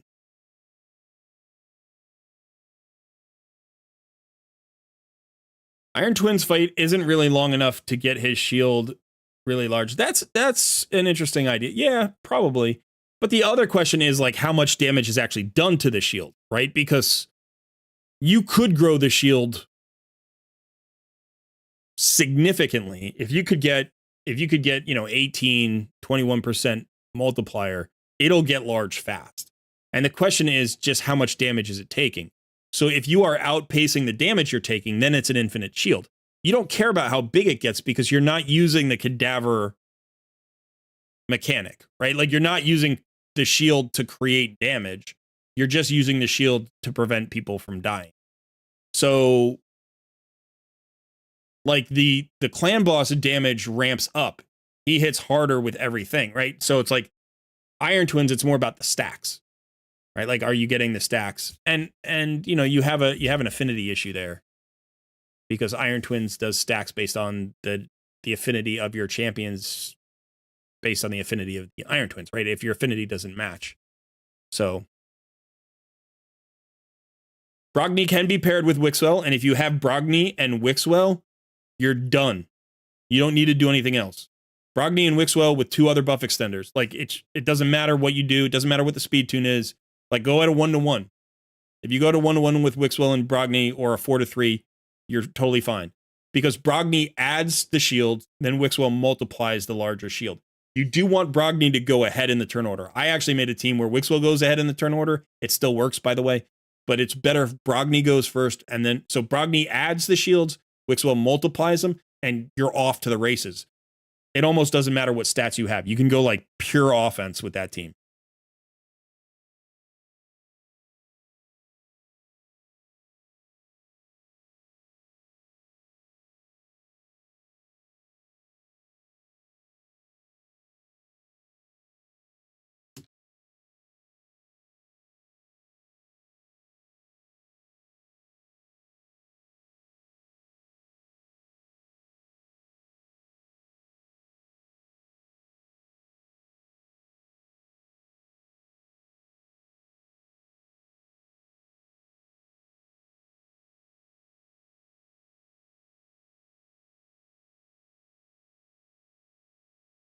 There we go. Okay.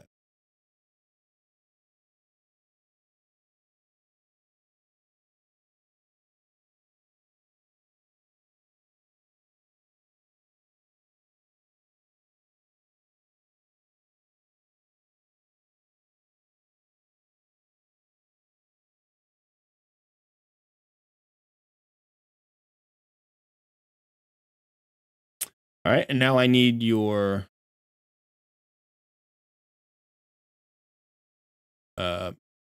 authentication.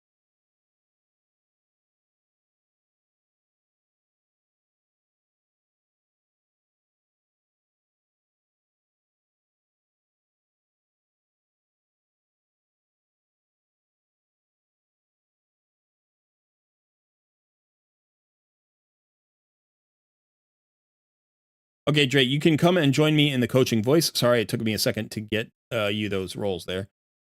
I forget a little bit because I'm used to Sun doing it most of the time. But so you can join me in the coaching voice and send me your 2-factor authentication.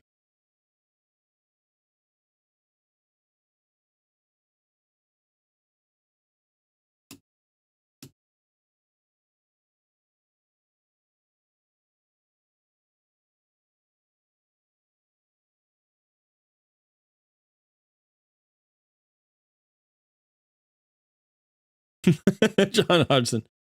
John, have you never had a takeover, buddy?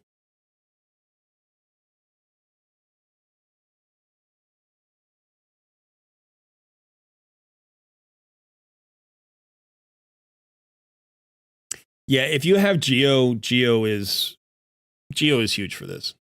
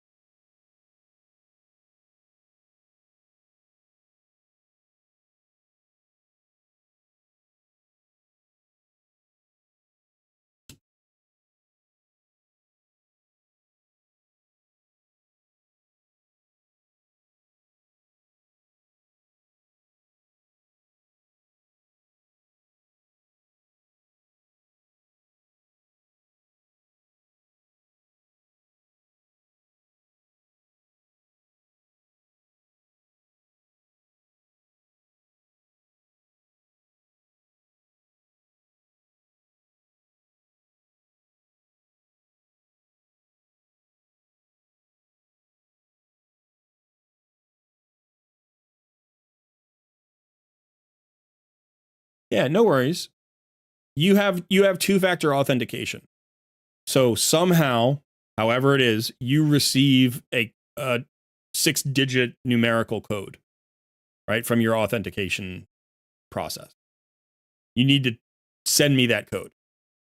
So you just need to find the number wherever you get it and just type it to me, because you can't put it into the software. I have to put it into the software, right, to log in.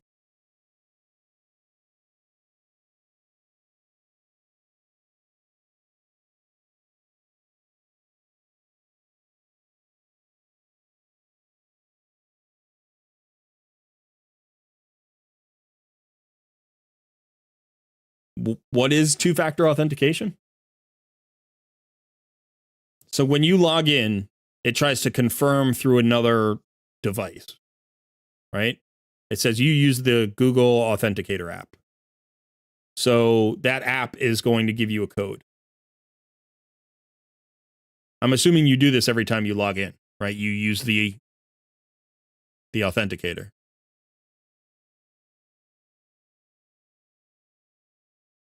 Hey, Matt Davis, good to see you. We may have another takeover at, we may have one or two more takeovers today.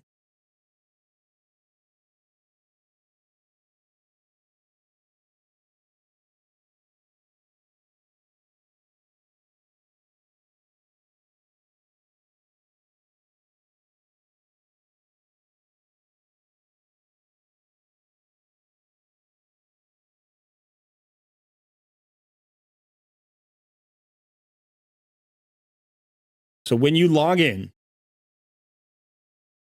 there's an extra step. You can't just log in and go, like, put in a password and go, right? You log in, you put in, or you enter your account. You probably don't. You just click on the thing, right? And then you put in your password, you log in, and then you get a pop-up that says enter a code, an authentication code. That's the screen I'm stuck at right now. I can't get into your account without that code.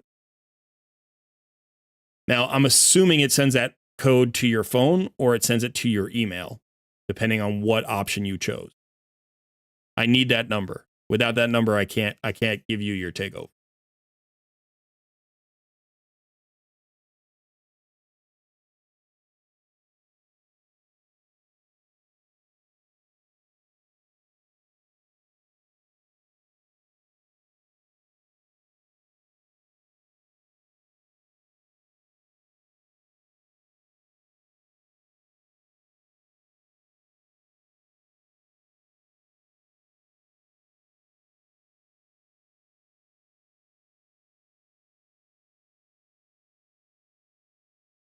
Did you just sign up for it, or have you been using it in the past?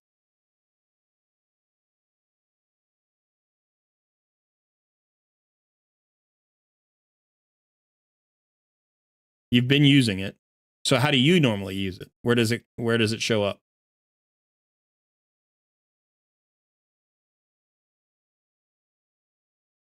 You play on mobile. That's fine. Shouldn't matter.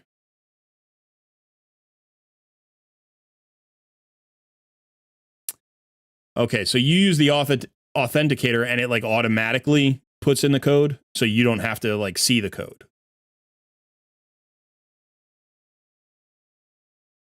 Okay, so what you probably have to do is open your Google Authenticator app directly and see if the code is there. Like it may just say, okay, your last used code or whatever your last code was this. I don't know. I don't use it myself. So I have a different login process. Anybody use the Google Authenticator app? No. Does anybody know? Yeah, Silver Bullet, we may have to do that.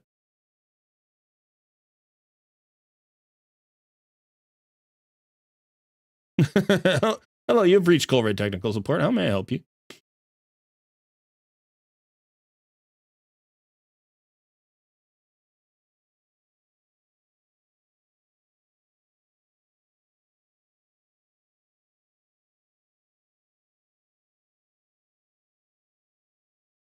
David says you go into the app and you look for the one labeled Plarium.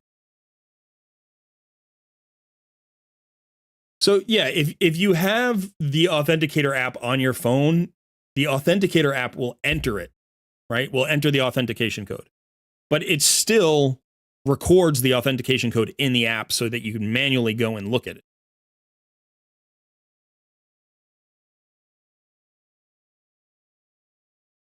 Now, it's a required field, Zach.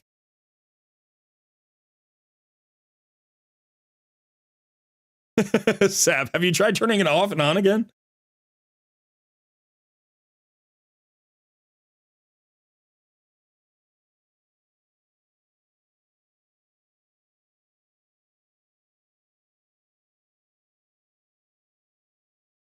You're using an iPhone. I don't think that should matter.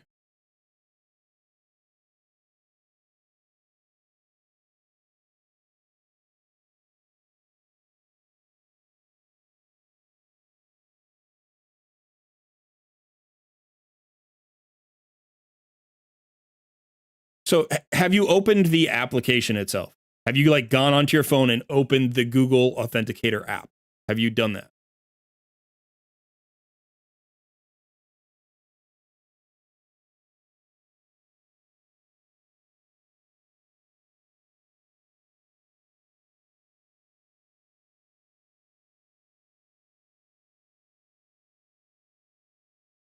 You don't have the app.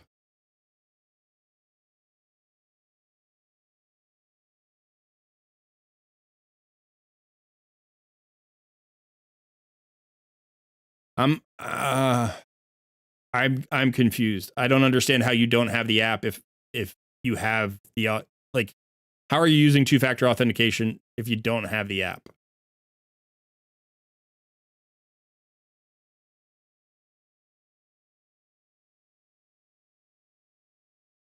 Yeah, that's what I'm saying. It should be in the app, but he's saying he doesn't have the app.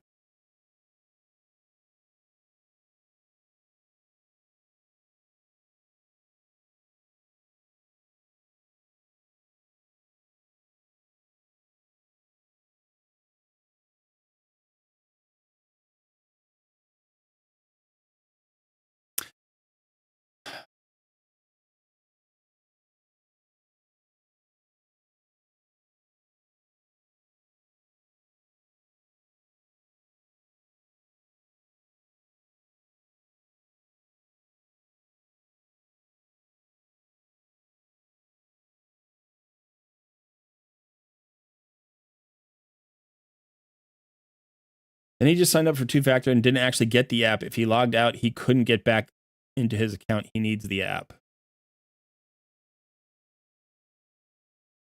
All right, so what I would suggest is go download the app, make sure that you have it on your phone and that you have the account for it, because I don't want you to get messed up in the future.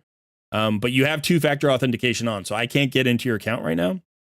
And we don't seem to have a way to get the number at the moment. So we're going to move on. I'm sorry about that. And, you know, hopefully if you get it figured out, we can take over your account some other time.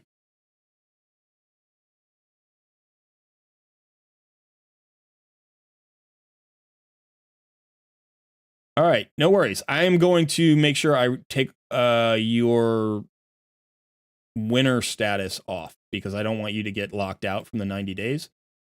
So let me just, remove that. Oh, looks like Sun's already doing that. All right, man. Sorry about that. Have a good one. Let's go ahead and reset the message, Sun. Let's just, yep. All right, so we're gonna try again.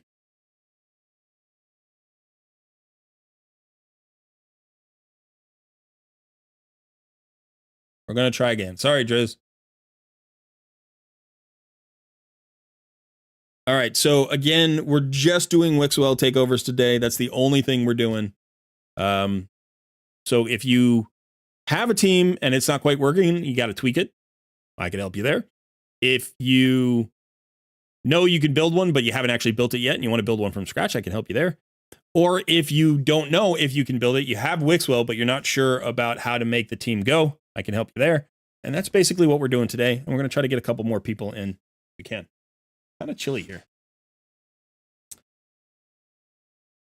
It's the kind of chilly where it's like, if I put on a sweatshirt, I'm probably going to be too hot. You know, it's like just a little bit cool. And it's probably because the AC didn't get turned up last night. Yeah, I saw the video on the new blessing.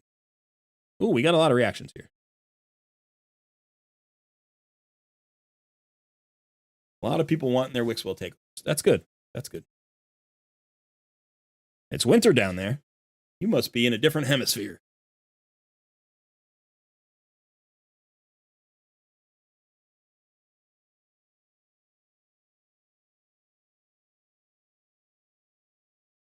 Matt Davis.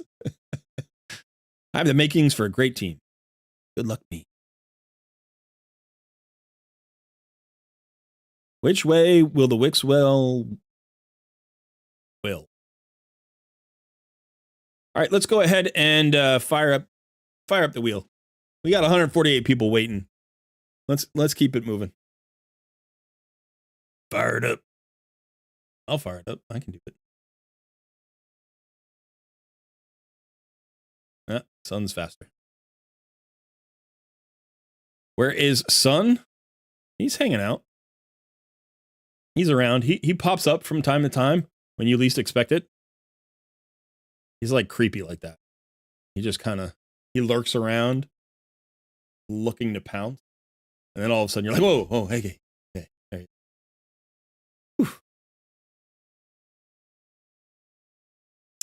In the cupboard under the stairs where he keeps me. He's such a liar. I don't keep him there. He likes it down there. He was like, please, can I move into the cupboard under the stair? I'm like, why? You're a big dude. Don't you want more room? He's like, no, I like people to feel sorry for me, even though my life is awesome. And I'm like, that's kind of weird. And he's like, yeah, but it, gets me off. I enjoy it. So I'm like, all right, dude, if whatever floats your boat. I mean, if you want people to feel sorry for you by manufacturing false reputation of yourself, like, go ahead. But I prefer to be honest with people. And he's like, nah, I don't care about that. Like, all right. He likes trolling people. He trolls all of you all the time. The only person I troll is this guy. All right, who's our winner? Who is our winner? Not Hodgepodge? Is that John Hodgson?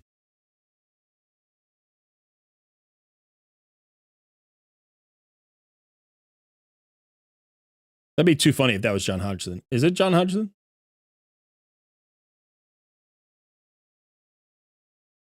Colred live from his mountain of lies. Oh, sorry, John Hodgson. It's not Hodgepodge.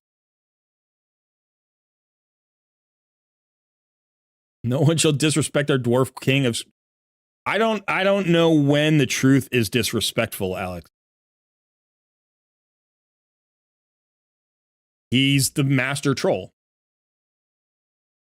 Is he not? He is the master troll. That's why you all follow him too. I don't trust any of you. I don't trust any of you.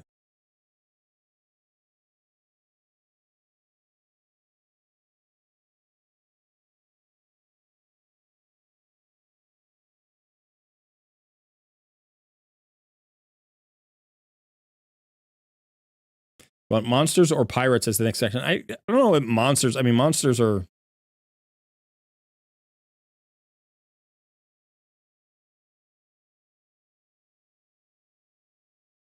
I mean, pirates would be a faction, right? I don't know. Monsters, it feels like there are monsters in lots of factions.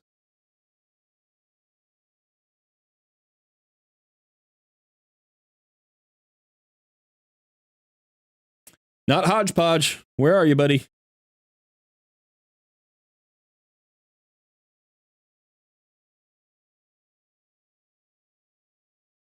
Shoot me a DM as soon as you can with your login information, please.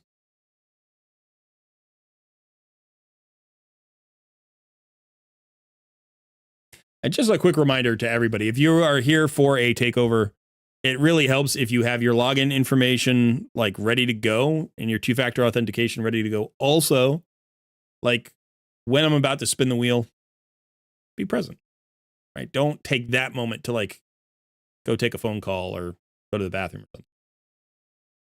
Happens sometimes.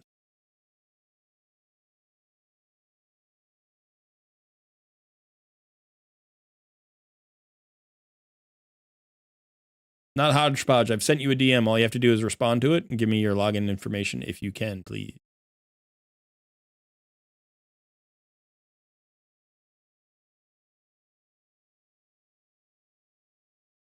John Hodgson, would you want a Wixwell takeover, or do you just want like a regular takeover? A regular takeover, some other takeover.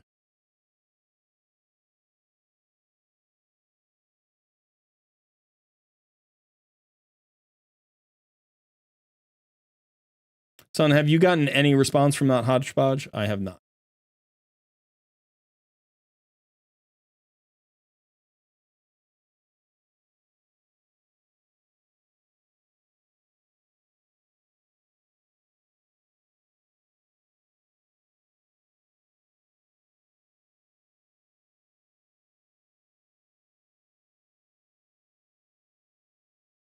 Yeah, Sab, we want to do dual streams, but it's the kind of thing where it's like for takeovers, if we have viewers in two places, not everybody's going to be in both places. Right? That doesn't make sense. So it's like, how do I would have to not do YouTube, right? I would have to do just Twitch to make that a viable thing.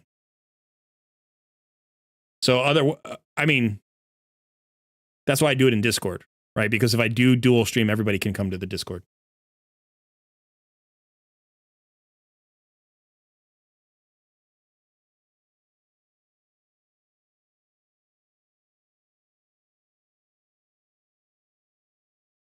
Okay, son.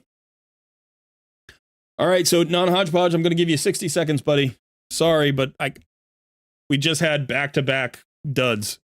That's frustrating to me. So I am going to be resetting the reactions in just 1 minute. And we'll move on. Unless non-Hodgepodge, not Hodgepodge, shows up.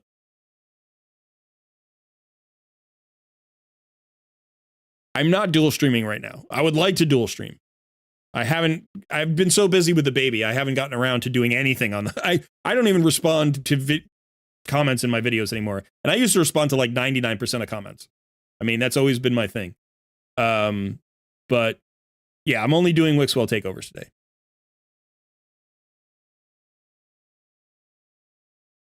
The last one was a dud because we couldn't get the two-factor authentication going. Now this one's a dud because not Hodgepodge is not here for some reason.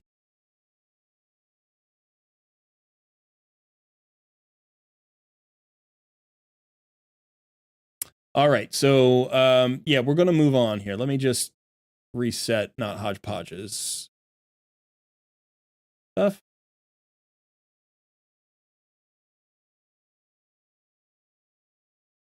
All right, give me just a second.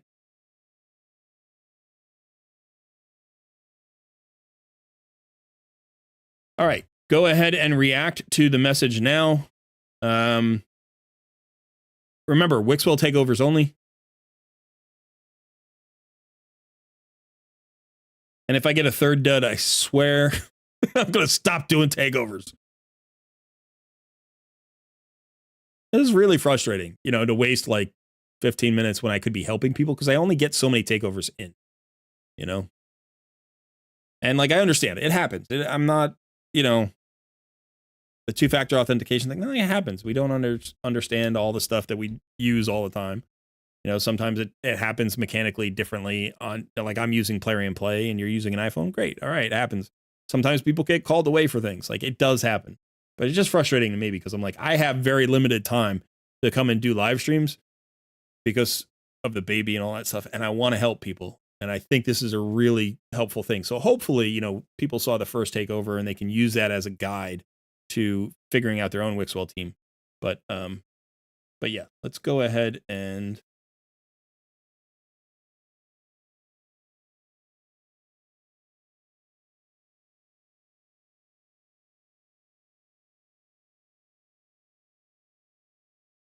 there we go. Spinning the wheel.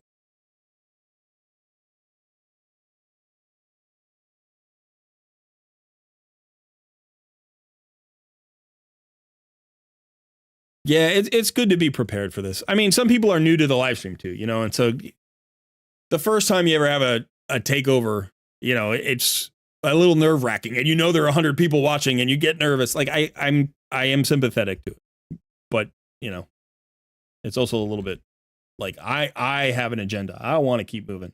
I want people to see cool stuff. All right, Melquiades.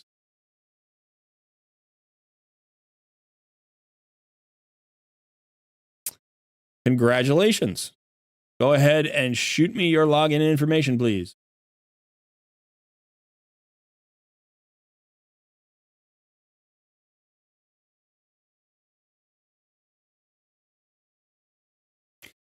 I have DM'd you in Discord. All you have to do is DM me back.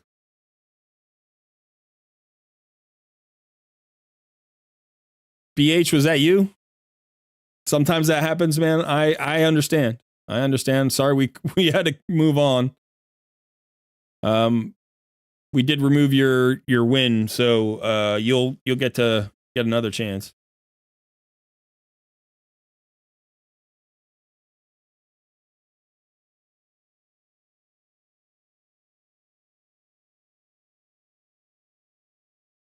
Melquiades, Milk. I don't know, Milk. I'm gonna call you Milk. Milk, I've sent you a DM. Please respond to my DM in Discord. I know that you're in Discord because you reacted to the message. So all you have to do is go up to the top of your like server, you know, server list, and you'll see direct messages, and you should have a little red dot with a number on it. And one of those messages is from me, the most recent one.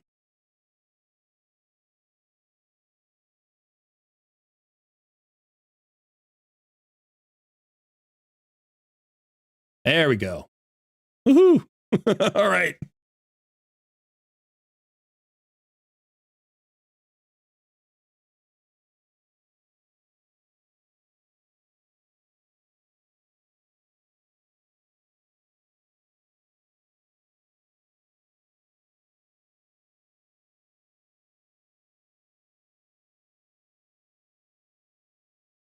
We've got the info. And we are in. All right, 2 hours into our live stream, we are on takeover number 2. a little bit of a break there. Sorry, folks.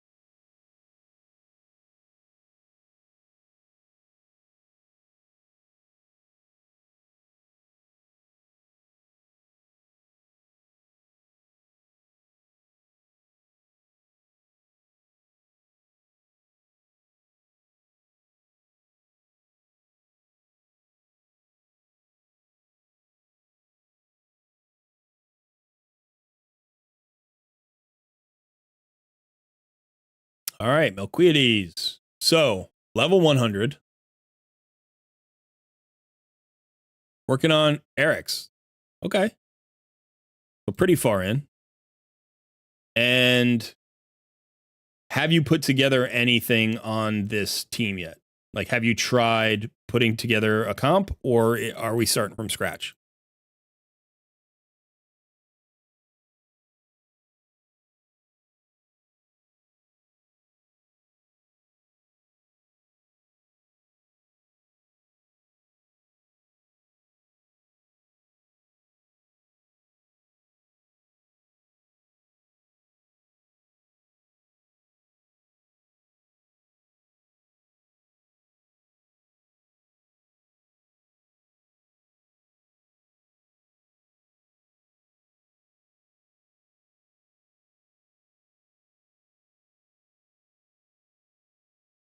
Okay. So are you doing this? I mean, it looks like you're sorted. You know, like you've got. I'm assuming you've got an Ultra Nightmare. Okay, so you don't have a 1 key.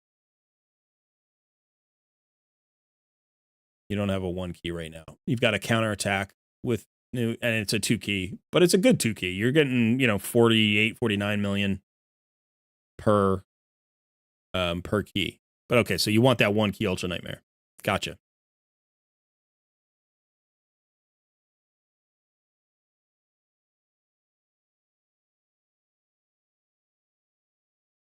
Okay, so let's talk about overkill for a second.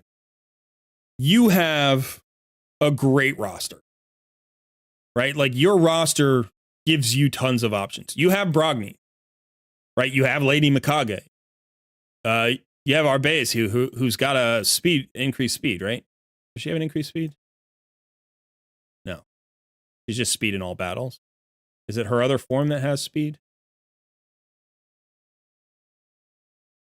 Okay. So no speed. Okay. But just a big speed aura. Oh, turn meter fill. That's what it is. It's turn meter fill, not increased speed. Okay. Increase attack, increase accuracy. Right. All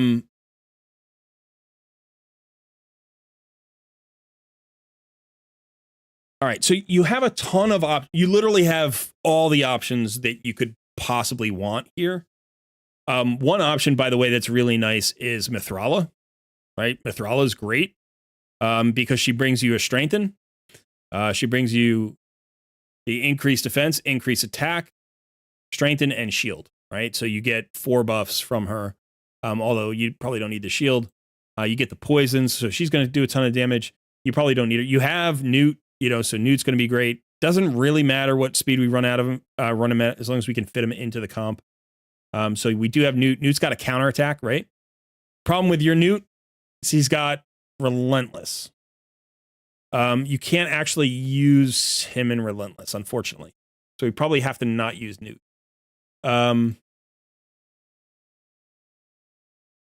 But with Wixwell and Brogni, you're done.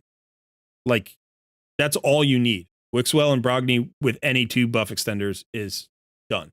You have Lady Mikage. She's running very fast. I don't know if we have a speed tune that's going to be easy to fit her into. So we will take a look at that. You have Lydia. Lydia is hugely useful for this. You also have Zinogre, who could be kind of interesting because Zinogre has an increased speed, but she also has this. There's a weaken on her A1.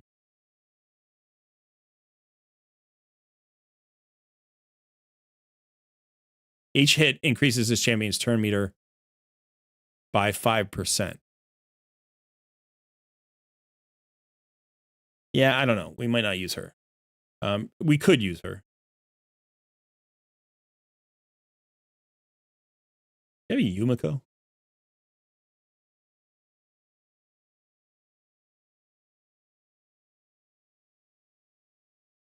Yeah, because that would have.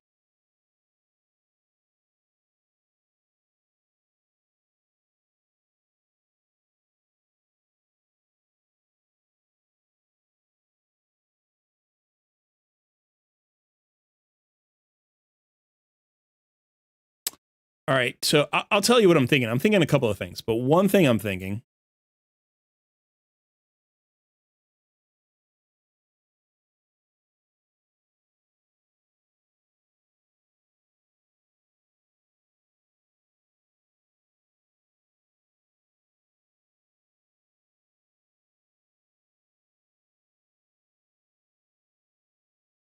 is you need to clean out your mailbox. All right, so one thing I'm thinking, let's see if we have a team, an open team.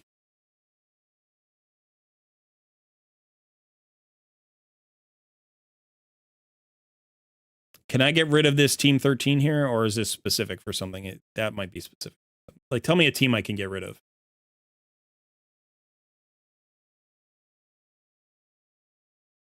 Yeah, I may do that with Wix, but I just want to start putting the team together and we can talk about, what we want from that team. So one of these teams, can I get rid of, that's a food team.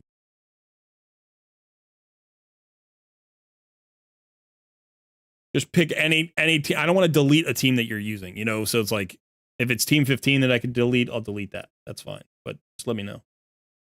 Get rid of any team I need. Well, I don't want to kill like your,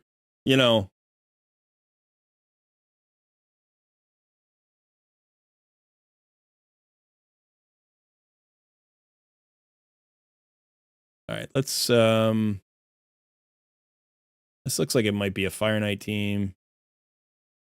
This team doesn't look particularly useful. This looks like an old team that might have been changed. It's more like an arena team now anyway. But okay, so I'm going to change this one.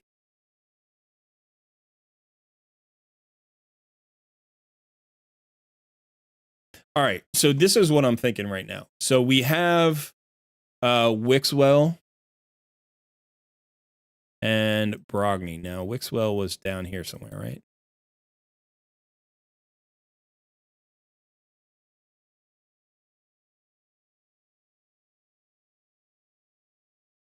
There he is. Okay, we have Wixwell. I don't know who we're going to put in the lead yet. It might be Wixwell. We have Brogni. We have Mikage. We have Lydia. And we need another buff extender.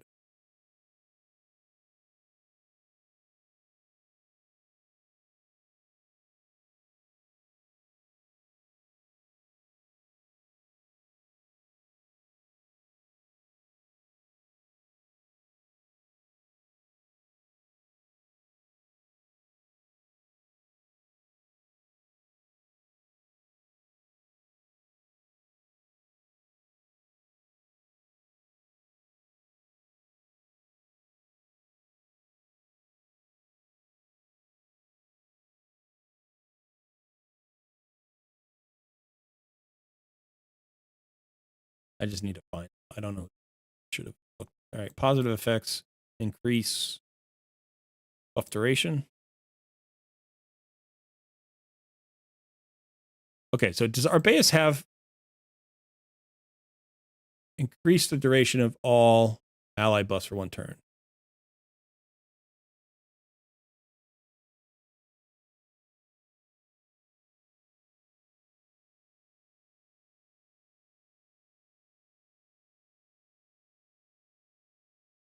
I mean, she could be good. I don't know. I don't really use this champion, right? I don't have this champion. The other option is Sandlash. Sandlash is the only other one who's built. So what I'm going to do is, well, see, the nice thing about her is you have the speed aura. And with the speed aura and Lydia's increased speed buff, you could go really fast. Or you know what we could do is we could avoid all of it.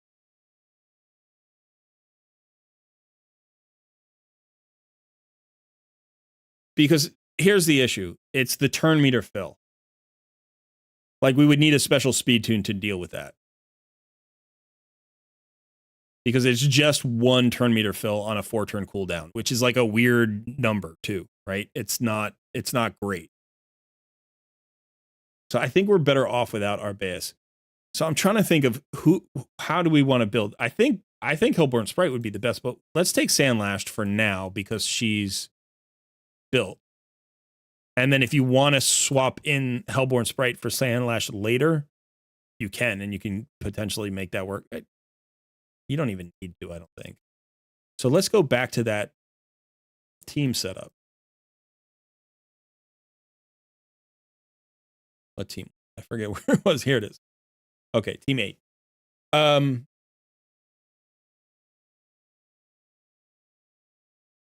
So I was thinking about Lydia because she brings the increased speed. That'll get you to a 2-to-1.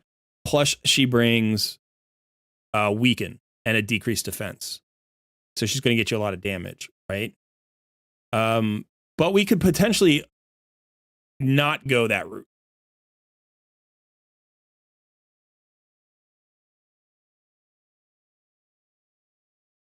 I don't think we want Brogni and Geo, because then if we do that, we have to make sure Brogni has no accuracy, because otherwise it'll reduce Geo's effectiveness.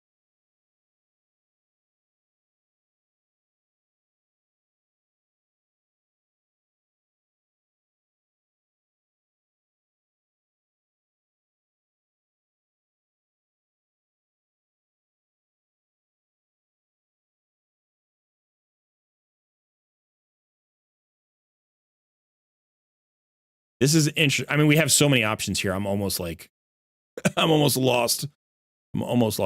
Let's put in our third buff extender. We need to do that. So that's going to be Sandlashed. Because you have to have the 3 buff extensions.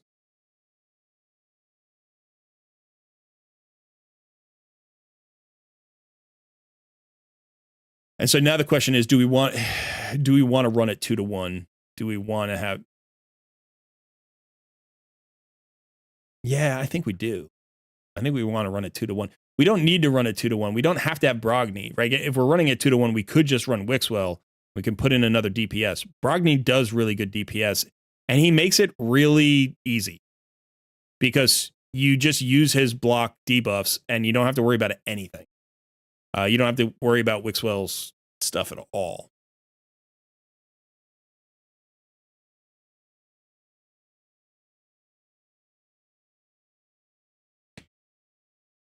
Right, so if we did...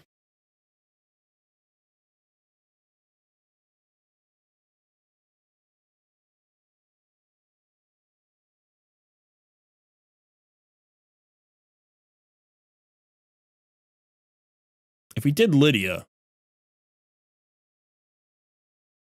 I mean, Lydia solves a lot of problems for us. Do you have Elva? No. So I'll be honest, I like this team. I think we can get a 2-to-1 with an ally attacker with Brogni, like that. It'll allow us to build really offensive stats if we want. You need almost no defense here. Eventually, if you want, you can put in Hellborn Sprite, which will give you another buff and another big increased crit rate, because I don't think you have... Oh, no, you don't need the increased crit rate. Mikage brings it. Right? Lady Mikage brings it? She brings increased crit rate and increased attack? Or is it it's increased crit damage and increased attack, right? Yeah, so the increased crit rate would help.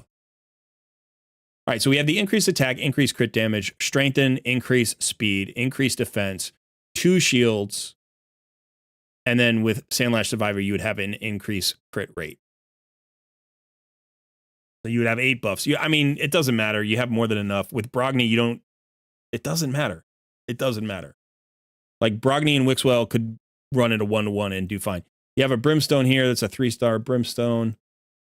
You don't have a blessing on her yet. You can figure out what you want to do there. I think we can make that work really well. Now, let me actually pull up this... Let me pull up this speed tune. Are you okay with this team? Is this team okay, or do you really want to put Arbeus in the team? Because if you really want to put Arbeus in the team, that's a different speed tune, and it's not one that I know like off the top of my head. But if you're happy with the Lydia speed tune, I can get you a 2-to-1 speed tune like right now, and it'll probably, honestly, it might do like 400 million. So is 400 million enough? Mr. T Two Sugar says you don't need the speed tune, just throw them in. More ag works. Lydia has strengthened.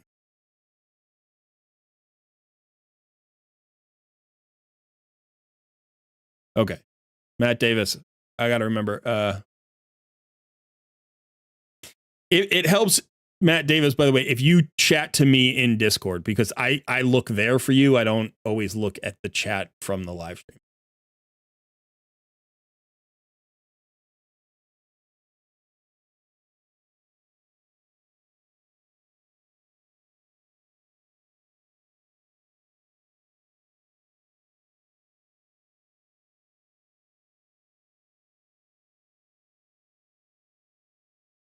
Okay, so the question here simply is if you're okay running Lydia at the speed. Now you're running her at 270, which actually might work. So let me see if I can find this speed tune here.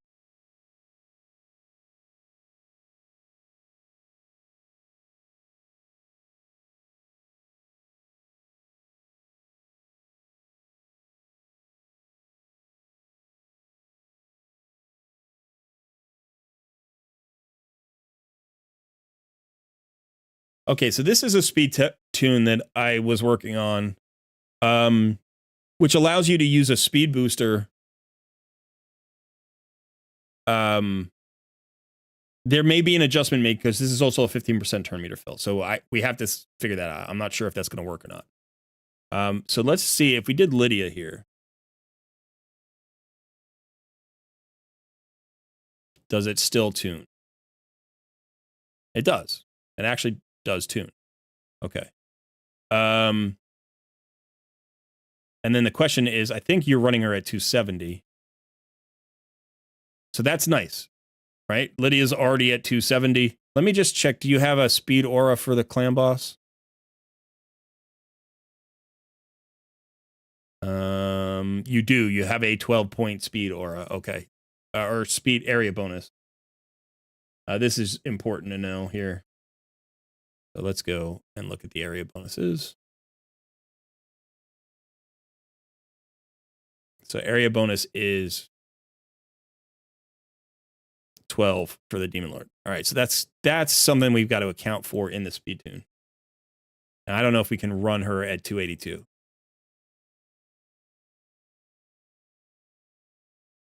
That still works. Okay. So in this case, really we care about the first turn. So we want Brogni in this spot.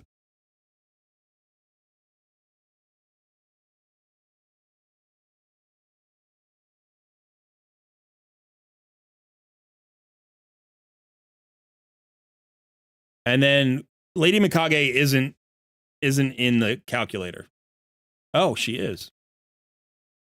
They've added her to the calculator. That's awesome.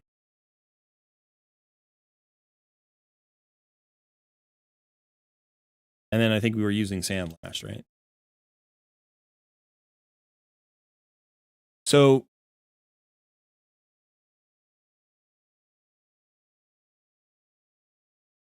I think we would like to use Lady Mikage as fast as possible. Let's see how fast your Lady Mikage is running. We don't want to slow her down. I have to account for this 12 speed. So she's running at, what was that, 294? 294 plus 12 is 306. She's running at 306. So in the speed tune, she's running at 217. Let's see if we run her at 306. What happens?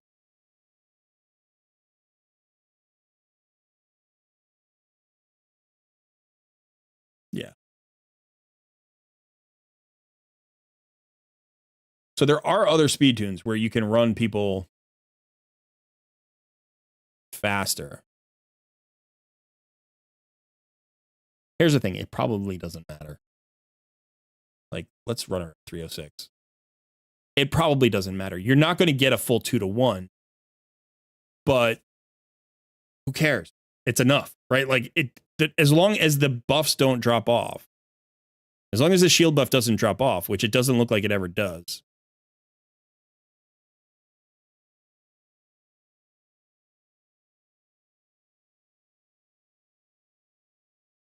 All right, but we do have to change a couple of things because, let's see. All right, so we're going to have to change this because we know that Lydia, we turn off Lydia's A3. I'm sorry, we turn off her A2. She uses her A2 only once.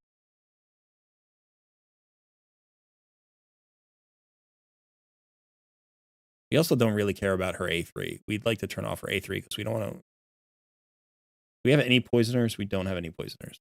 So it doesn't matter. We can leave our A3 on. Okay, so A2 will fire once. And so the way that you do that here is you just put it on like a 60 turn cooldown like this, and then you see what happens, right? That does change the speed tune quite a bit. So we want to make sure that we are extending the buff at the right time, and we don't want Lady Mikage to outrun the buff if we can help it, but she's going 5 turns here, so she will outrun the buff. And she goes 5 turns there. So let's see what speed Brogny's running at right now. He's running at 207.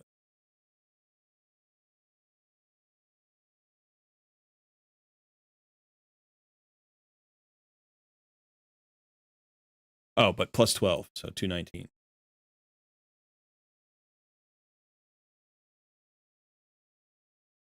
Let's see what Sandlash is running. We'll just see if we get close to a speed tune. It's not going to be a 2-to-1 speed tune, I don't think. If you don't want to change too many champions, you don't want to rebuild too many champions, then, you know, you can just kind of go with, we can see what you got. 202 plus 12 is 214.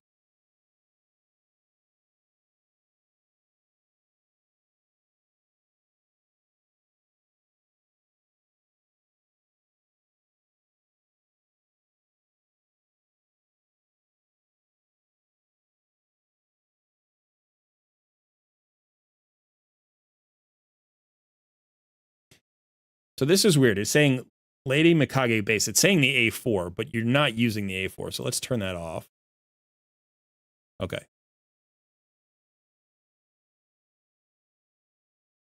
Now we need to prioritize the buff extension. Although we can delay it 1 turn, we need to prioritize the buff extension here. Although we can... do we want to delay it a turn?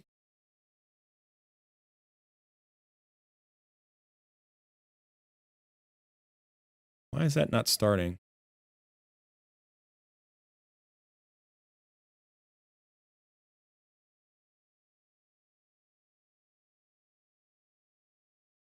So weird when the...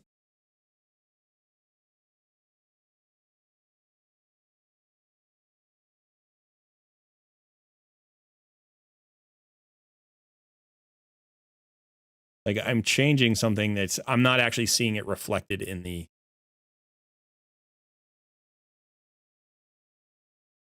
calculator, right? Like, here the A2 should go for... Like, let's just turn that off for a second. Oh, it's Brog. Okay.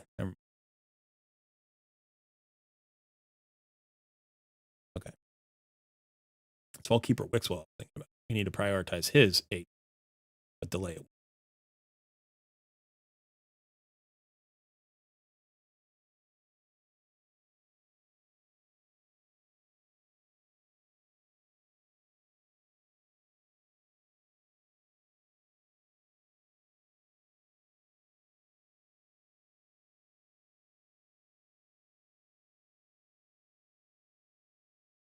All right.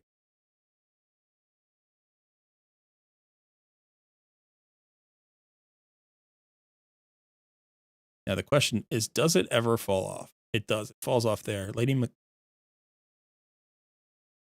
doesn't get reapplied.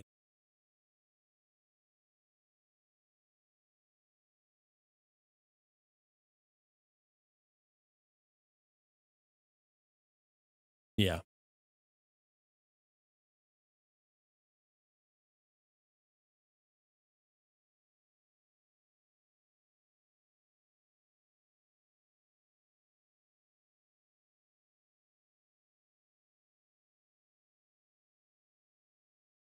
So Vault Keeper Wixwell's A2 is the extension. Lady Mikage's A2 is the extension. Sandlash Survivor's A2 is the extension.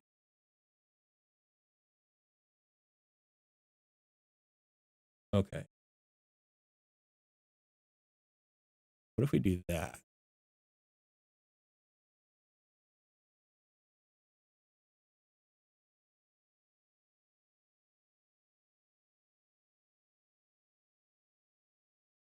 That fall off? Yeah, it still falls. I'm trying to get the block debuff buff to never fall off. Now, we may not need it because of Wixwell.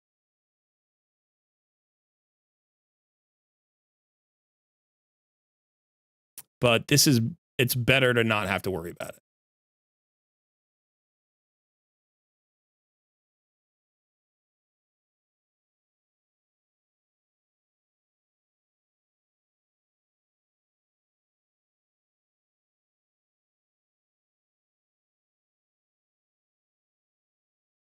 Yeah, you just have to turn the A4 off, basically.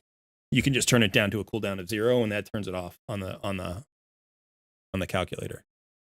So see, what's happening here is it's working great, but Lady Mikage at, where is it? Turn...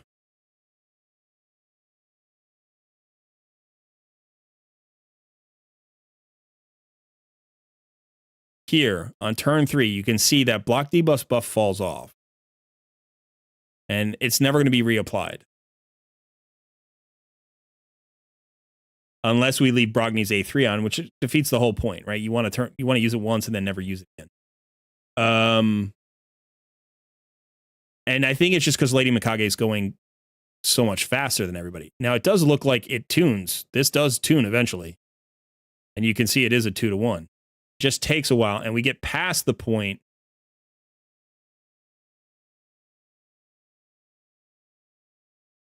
So I'm just trying to think if there is a sequence of skill usage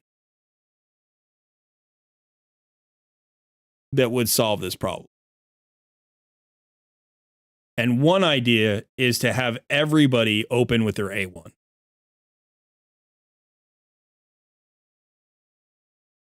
But you can't shut off skills then if you have people open with their A1. Right? The way to shut off a skill is you have them open with it and then shut it off permanently. Like that's how you get that to happen. So that means Brogny's got to open with his A3 and then shut it off. Lydia's got to open with her A2 and then shut it off. And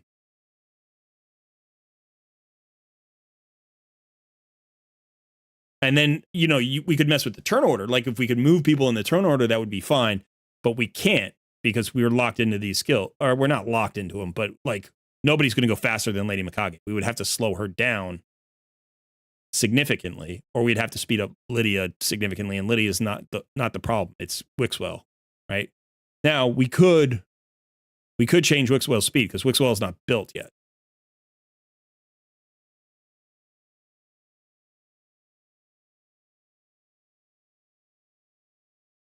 So let's say we got him to 307. Let's just see that. Let's see what that looks like.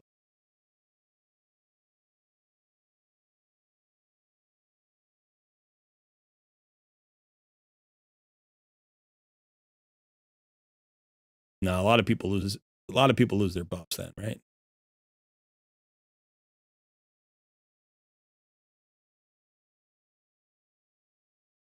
Yeah, what was he? He was at 245.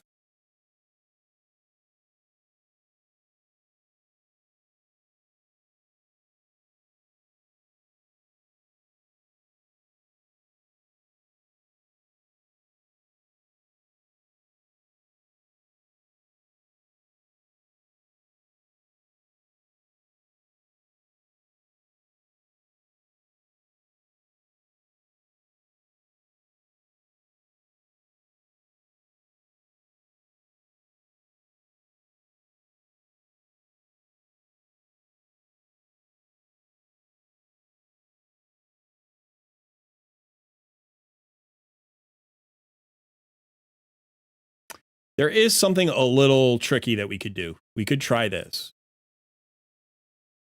We could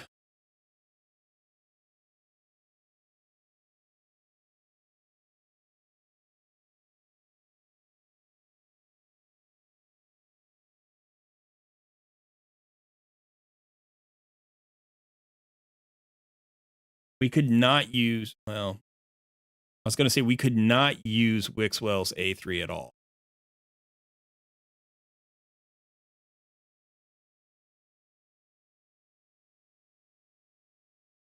That solved it. No, Lady Mikage still loses. Crap. Right, the reason we don't need Wixwell's A3 is like we get the increased defense, and that would be nice, right? But the shield, we could use Brogni's shield instead. Brogni has a shield, and it's going to be a pretty big shield as well. So we could use his shield instead of Wixwell's shield. We lose the increased defense, but we have the strength in anyway from Lydia, and we're going at basically a 2-to-1. So I don't think that would be a problem. So I was thinking we could try that. I'll take a look at Wixwell in a second.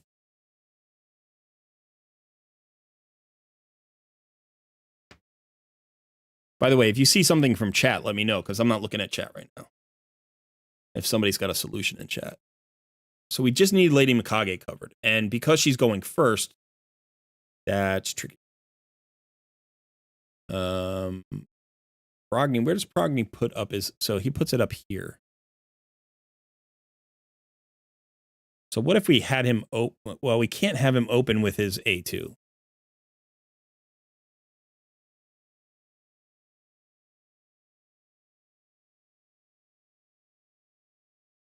I mean, we can't have him open with his A3. Can we? Yeah, we could. We could do that. We could have him open with his A3. So what if we did this instead? So he opens with his A3 here, which means we don't get the shield increase. But that's okay.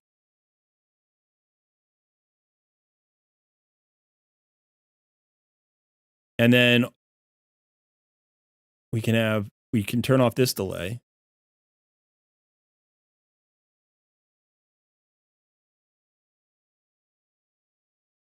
And then it's up.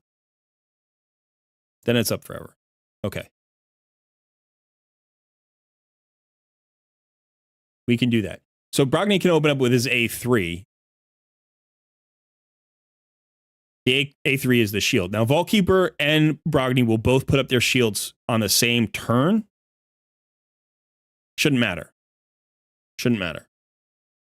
And these are all the speeds that you currently have. So we just need to hit Wixwell's 245. And we could probably move him around and have it be okay. Like, let's see how fast we can go and still have it tuned. So see, it still tunes. So we could speed him up a lot if we wanted to. That doesn't tune anymore. So I think we can get him to do, what, 255? We can get him up to 255.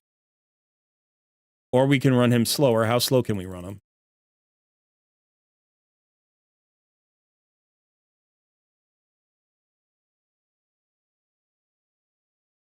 So anywhere between 235 and 255.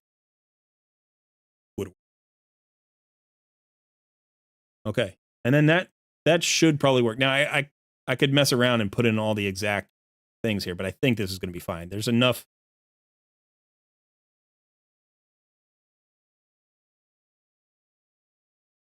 Yeah, it doesn't matter. There's enough that if she goes, it doesn't matter if she goes faster.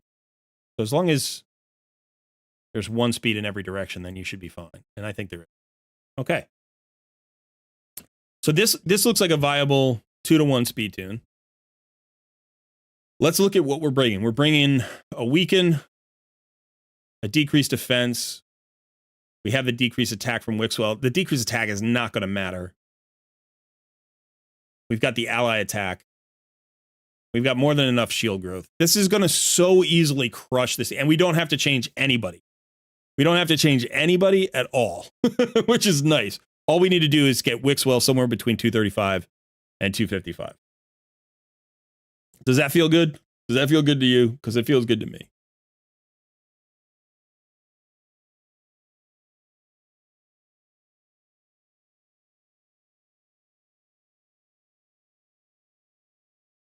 Okay, great. All right. So let's take this down. It's always nice when you have to do minimal changes, right?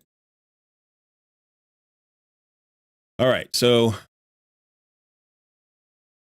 let's go back to that team thing.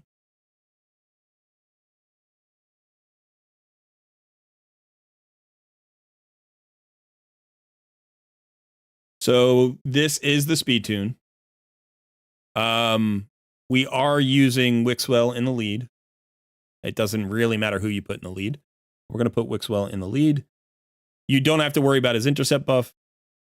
You don't have to worry about anything. You don't have to change any speeds. We just need to get Wixwell built. Okay, so that is in fact perfect. Let me just put in the AI so that we have that AI locked in. So what we're going to do is we are going to prioritize Wixwell's A2. That is the first choice.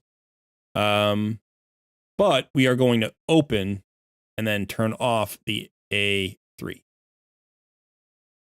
With Brogni, we are going to start with the A3 and turn that off. And then we prioritize the A2. For Lady Mikage, I think we start with the ally attack. And then we need to prioritize this. I just noticed something. Lady Mikage's A2 is, oh, it doesn't matter. It's not a cooldown, right? One of them is affected by cooldown. This is affected by cooldown. So when you can get a book into this, you'll get more ally attacks, but it doesn't matter. That won't mess up the speed tune because this is unaffected by that. All right. For Sandlast Survivor, I think what we said we're opening with the... No, we are opening with the A2. So that should be fine, but we can just... we can do that. And then for Lydia, what we need to do is we need to open with the speed boost, I believe, and then turn it off, right? So is that her A2? Yeah, so this is the opener, and then we're not going to use it again. You can decide what you want to do with the A3. It's fine to use, it's fine to not use it. I don't think it matters with anything. If you were using more poisons and you were filling up the debuff bar, you wouldn't want like the block buffs and block active skills debuffs up there, but it doesn't, I don't think it'll matter. So I think that's everything. So let's go take a look at Wixwell now. And also let me take a look at chat.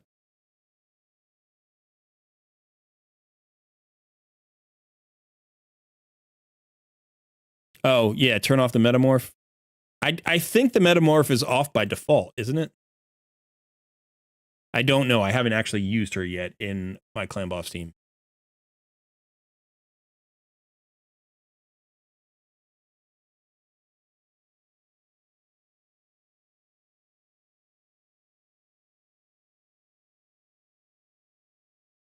So turn this off.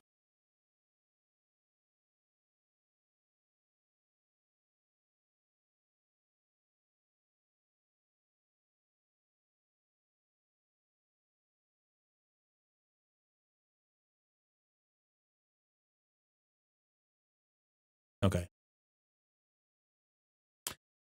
Yeah, so the shield set, I'll be honest, I don't think you even need a shield set. I think you're fine without it, but if you want to put somebody in a shield set, we can. So we could try Wix because he's not built right? So we could try Wixwell in the shield set. Let's just find. And let's check his books. You weren't sure if he was fully booked. He is not booked, so we're going to need to book him. His masteries will matter a little bit, but not so much right now. Like, we can run him without masteries. So for masteries, obviously, I like going down for War Master, and then I like going in the support tree.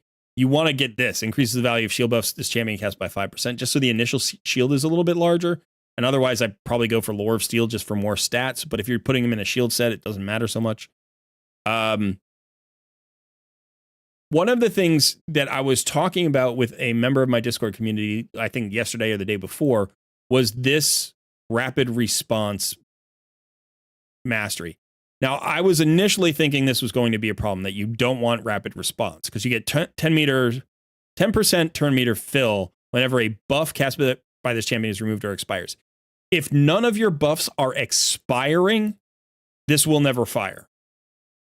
So this is only going to be a problem if you're reapplying a buff that's expiring.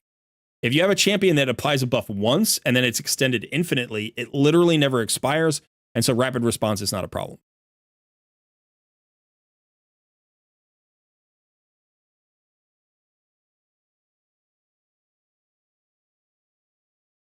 Oh, that's a good question. Should we reapply? You're right, because Lydia's skills. Yeah, I didn't think about that. Lydia's skill actually also reapplies the debuffs. And the reason I wasn't thinking about that originally is because I'm using Corvus. And Corvus and Mikage extend debuffs.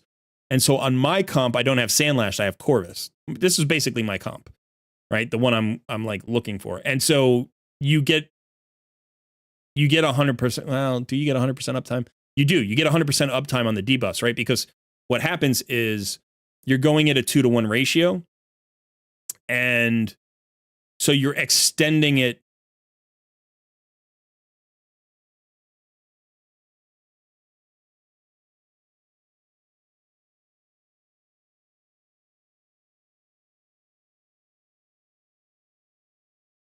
You're not extending it 3 times. Maybe you're not.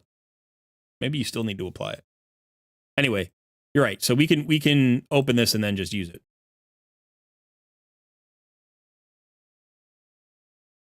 To reapply the debuffs. You're right. That's a good call. I appreciate that. I don't have, I'm not currently a paying member of Deadwood site. So I can't link those. I should do that though. I just haven't gotten around to it. But I will happily just, run down right now. You can go ahead and bookmark it, right? So, actually, let's look at this. Let's look at the speed tune instead. By the way, I don't think this is like a beautiful speed tune, but it's going to work. So, where are we? All right, so this is the speed tune, right? By the way, let's just double check Spirit Affinity. No, we don't have to double check Spirit Affinity. It's gonna be. All right, so Wixwell is anywhere from 235 to 255. We've got Lydia here at 282, Brogni at 219, Lady Mikage at 306, and Sandlash Survivor at 214. I think there's a lot of play in those, and this will eventually speed tune here on turn 6 as a 2-to-1 speed tune. The nice thing about this is because you get that block debuff buff up right away, it's like you're done with that. You don't have to worry about anything, like no stuns, no slows, no whatever. So you don't care about turn order as much or like position as much as you would if you're trying to use Wixwell. That does tell you something though, which is like if you wanted to, you could potentially pull Brogni from this team.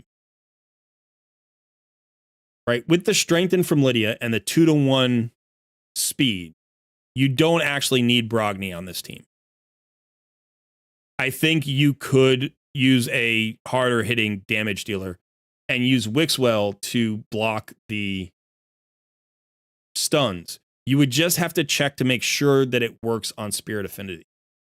Right? That's the only thing that you would have to worry about. Make sure that it actually, and most of them will, because the way that an Infinity comp works is if everybody is in tune with each other, it doesn't matter if they're in tune with the clan boss.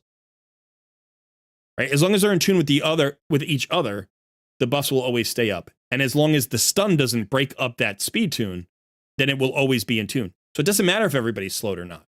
Right? Because you're not losing, they're not losing turns relative to each other. They're typically all just slowing down a little bit and then they're all speeding back up. And it's like, so they just stay. As long as they're not as long as somebody doesn't lap somebody else accidentally, then you're okay. All right. So that's the speed tune. That's the speed. I guess I could put this. I don't know if this will work. Will this work? No. It's giving you the other. Yeah. It's giving you the other speed. Okay. So unfortunately, yeah, if I link it, it won't matter. It won't take this because I'm not a paying member right now. All right, but let's go back to the game. And let's go build Wixwell. Now, first of all, we need to book him out.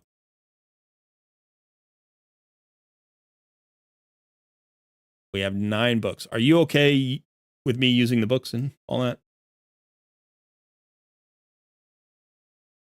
Because we do, I mean, we don't necessarily need to use all the books if we get lucky, but we do need to land the books into his A2. Right? This has to be booked. If this isn't on a five turn cooldown, then, you know, so we could miss. We could end up without it. This doesn't need books. This doesn't need books, but we need all of the books here. So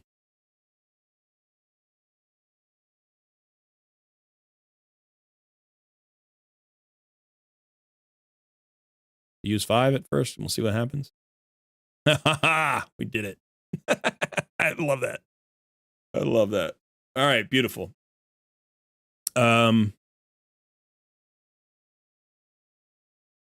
Okay.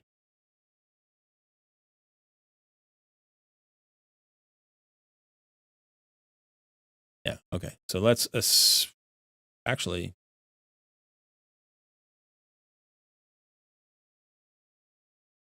so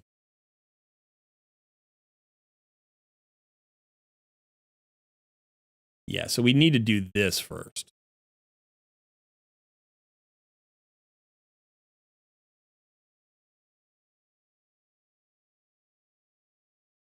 How much XP? It's 14,000. All right, we'll use another. Yeah. Let's do that. Max him out. Actually, we don't want to ascend him yet. We want to upgrade his rank.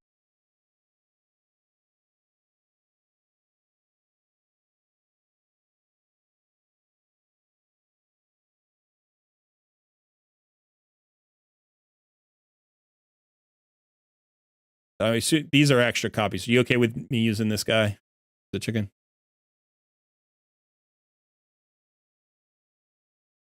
I can use these chickens.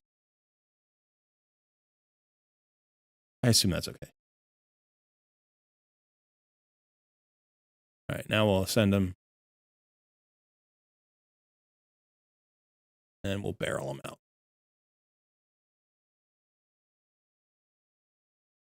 Okay. Now let's go build them. So you're talking about shield set. Let's get them in a shield set. Nobody else was in a shield set, right?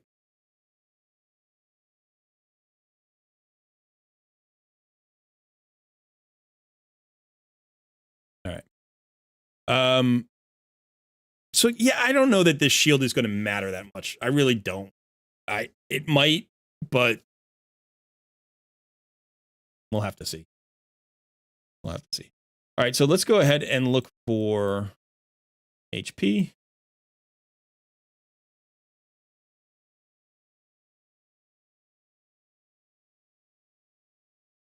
We do need accuracy on him to land his decreased attack.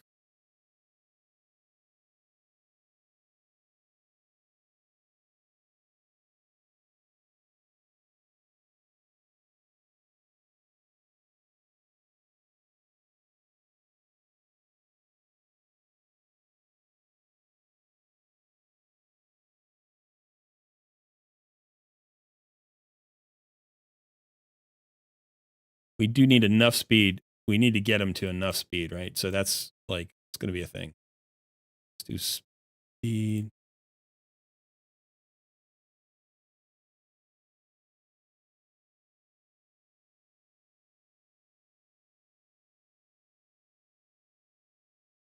We might go for a different set there. I'm just looking right now what we got. What are our best shield pieces?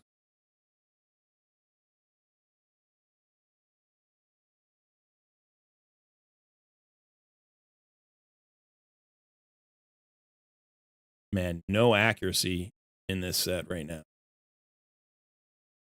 Or some, I guess, not a lot.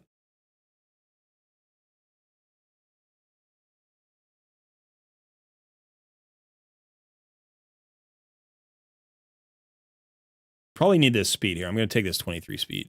And then, as far as the helmet's concerned, I didn't really see a good helmet. I guess that's not bad.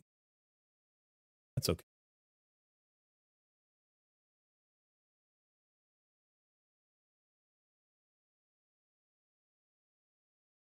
Speed, defense, and HP is nice, but I'd really love accuracy.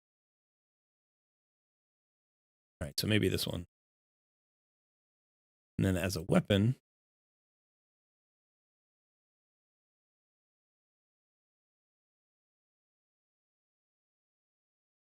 probably this one. All right, so I know we don't need 6. What I'm doing is I'm just giving myself the option of, you know, I could use the optimizer, but I'm just going to give myself the option here of, what is this? Blood shield. We don't need blood shield, but revenge would be nice. We do probably need the accuracy. Right, even if we go with the perception set, that gives us 40. We need to get to 250. And with a amulet, maybe not. Let's see. How many accuracy? No, that's already glyph. We've only got 1 accuracy glyph. Yeah, we probably need accuracy, unfortunately. Okay, so let's go ahead and go accuracy with speed. That's nice. That's very nice. That's even better. Let's take that one. Actually, it's slower. Not better. It's better. Yeah, this one's better. We need the speed. All right.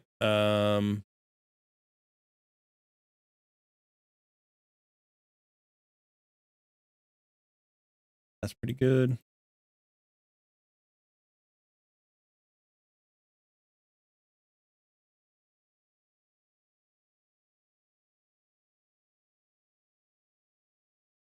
All right, let's upgrade this one.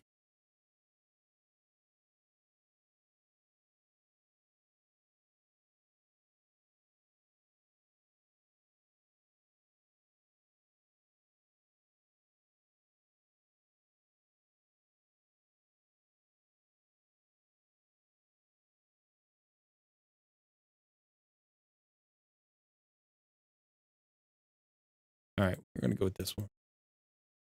And then ring.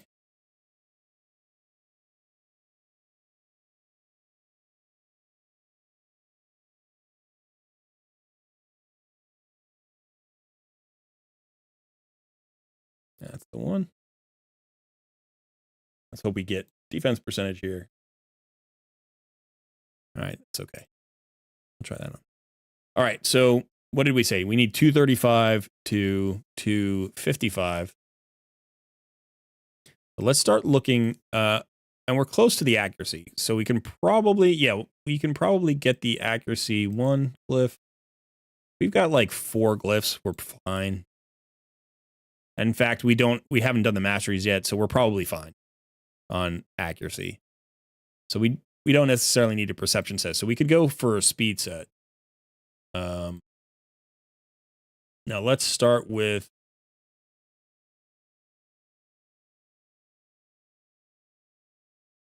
6-star speed. Let's look here. That's not bad.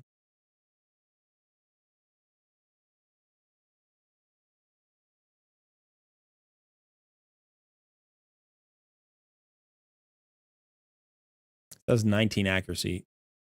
So it doesn't look like you have a bunch of great speed. You got a lot of, common boosts, which are not bad. Like they're functional, right? They give you the speed that you need, but not a lot of great substats to choose from. This one is, we can't take from Lydia.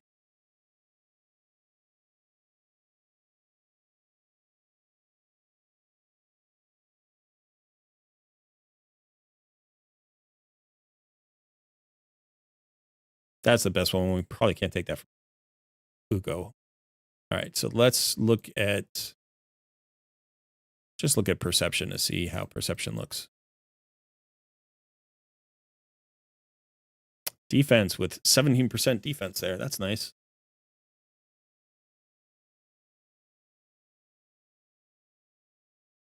That's pretty nice too.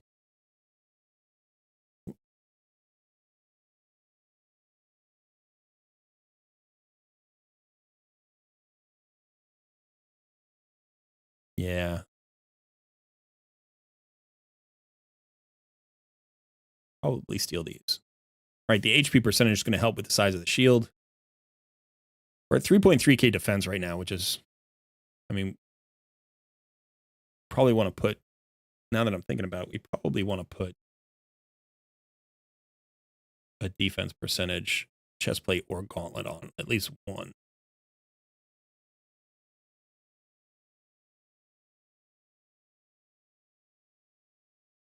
This is nice. More speed, more accuracy, more defense. Do that. Okay.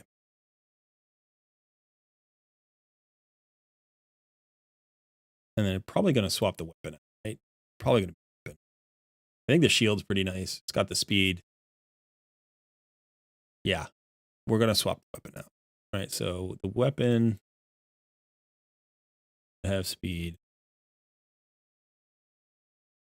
Accuracy would be good. There's some accuracy. You don't get defense on a weapon, so it gives you a little bit more. Ooh, that's a lot of accuracy, but we don't need that much accuracy. We need more speed.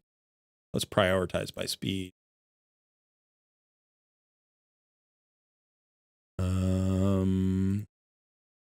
11.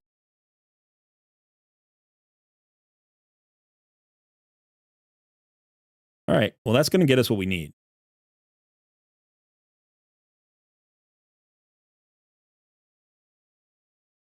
That's going to get us what we need.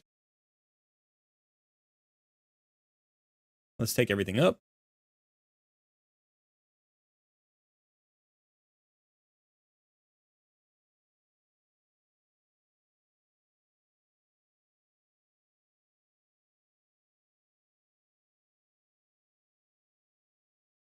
$4,300 defense.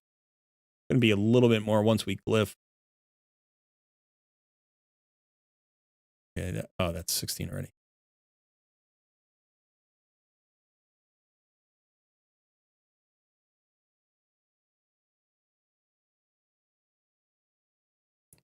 What I'd like is 60k HP and like 4.8k defense. We'll see if we can get there. And then as far as speed is concerned, we know we have a lot of leeway. I'm going to use 4-star speed glyphs. That should be fine. You have a lot.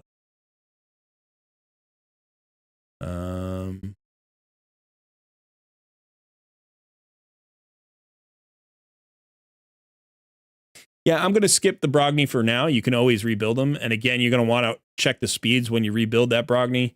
I do think you should be fine. You're going to have some flexibility with the speeds.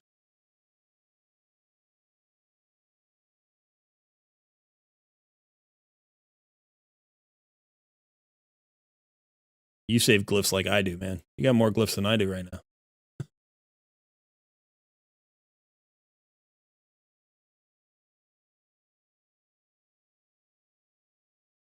All right.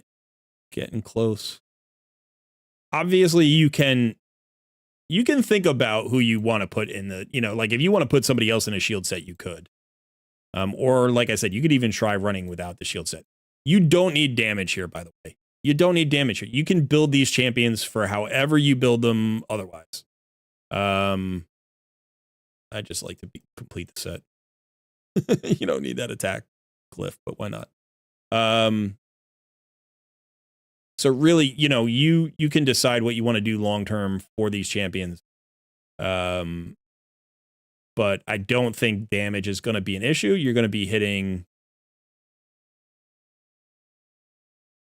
I don't know. We'll put up a poll. We'll put up a poll. We're gonna run this.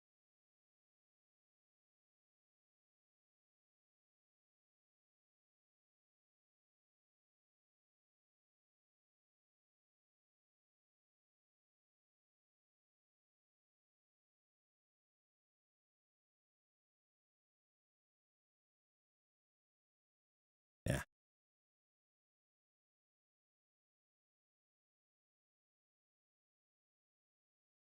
All right, let's see what our numbers look like. All right, so 249 speed. So I'm going to put it in the 249. Oh, wait a second. It just occurred to me. He's got plus 12, so that's actually going to be that's too fast. That's 261. It might tune anyway. It doesn't. All right, so I forgot about the 12. I forgot about the 12 speed.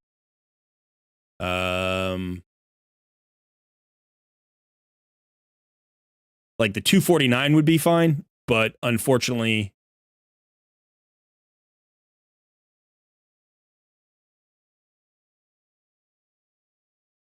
yeah, the 12 speed, the area bonus. Okay, so that's going to mess us up.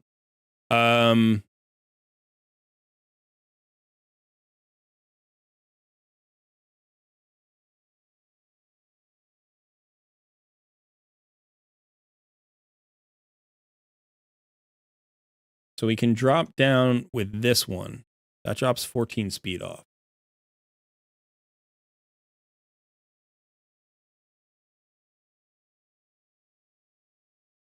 And 235 plus 12 is 249. Let me check the 249. Let's see if that works. 249, yeah, 249 is in, because we can go up to 255. Okay, so let's go ahead and just, we'll glyph this one out too. Let's get the defense and HP. Glyph it with one speed.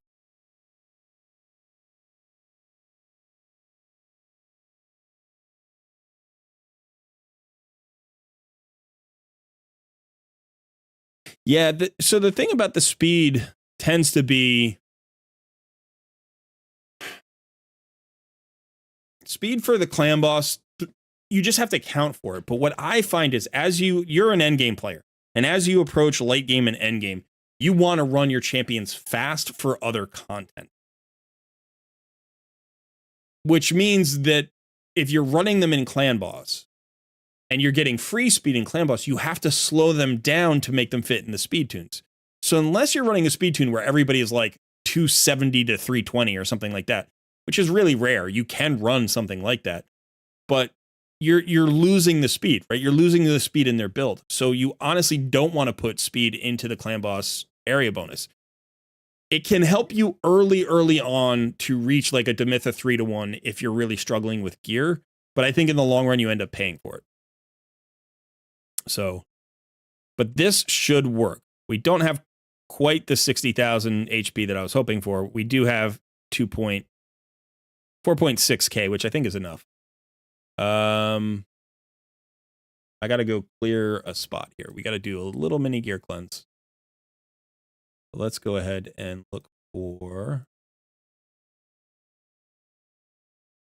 there we go.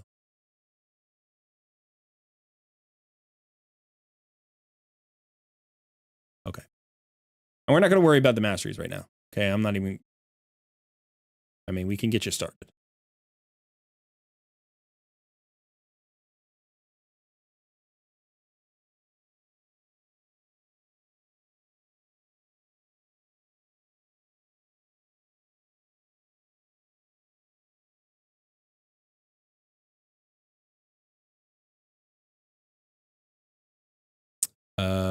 What set are we? Okay, 236. Yeah, that's fine. We can do that. All right. And that's not going to mess us up. Yeah, we got one speed. All right, so we want to make sure this speed tune works. Can I buy, is it okay if I buy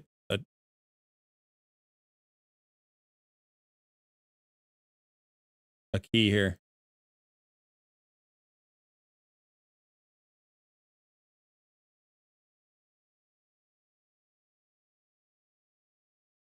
Okay. All right, so we are going to try this speed tune. We want to make sure it works.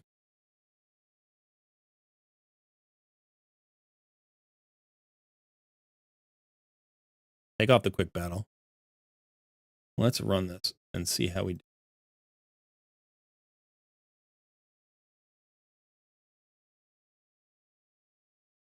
Okay, so just to double check the speed tune, Lady Mikage should open with her A3, which is the ally attack.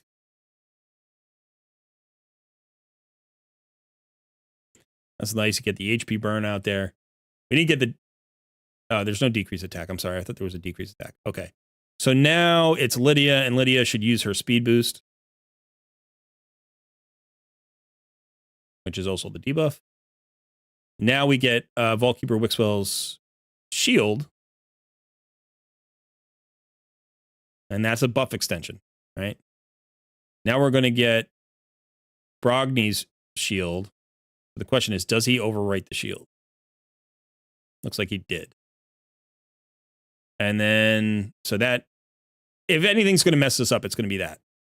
I don't think it's going to mess this up, but we're going to see. Then Sandlash should use her buff extension there. Yeah, okay.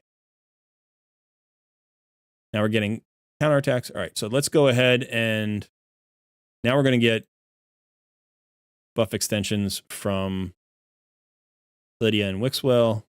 I'm sorry, not Lydia and Mikage and Wixwell.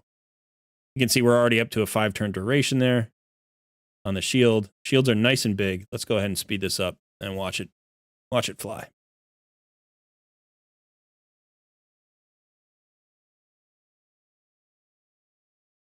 All right, so all we have to do is watch the shields and make sure that whoever the stun target is, their shield isn't going to break.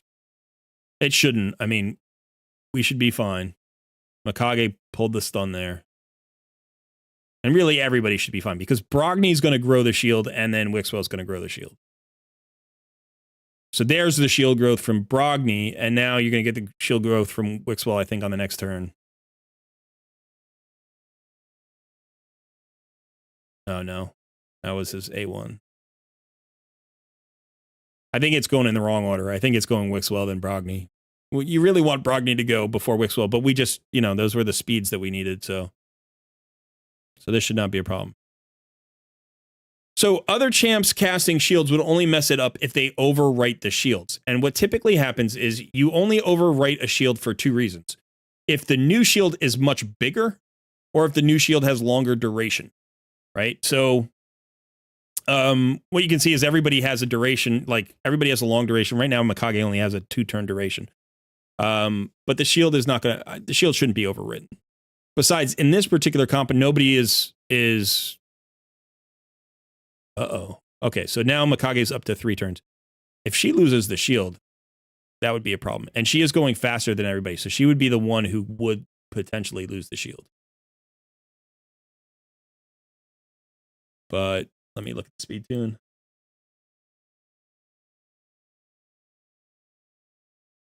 I mean, the calculator says she keeps the shield. So I'm assuming the calculator is correct. But it does go down to 1 turn.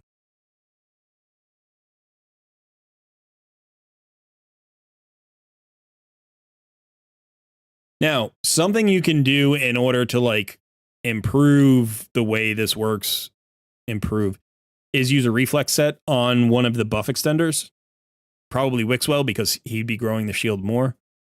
But again, you can see like we're at the point where it's already infinite, right? It's there. No buffs are going to come off. Lady Mikage lost her shield.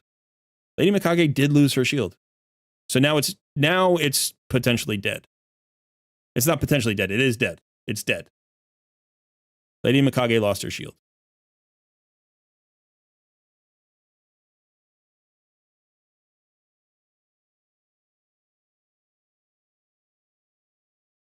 All right, so let's come here and look at the calculator. Now, in the calculator, she doesn't lose her shield. You can see Lady Mikage has it up the whole time. So what could be happening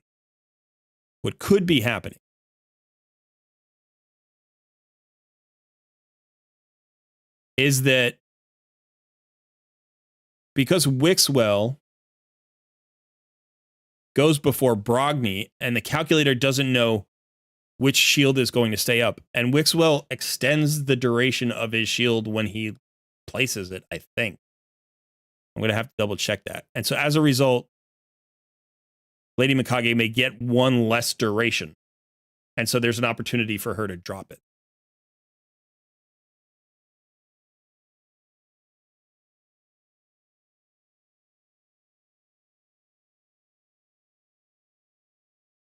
Now, there is a fix for that. It's a little bit tricky.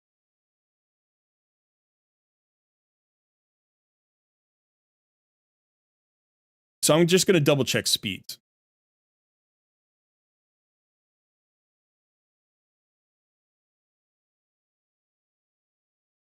All right, so Lady Mikage is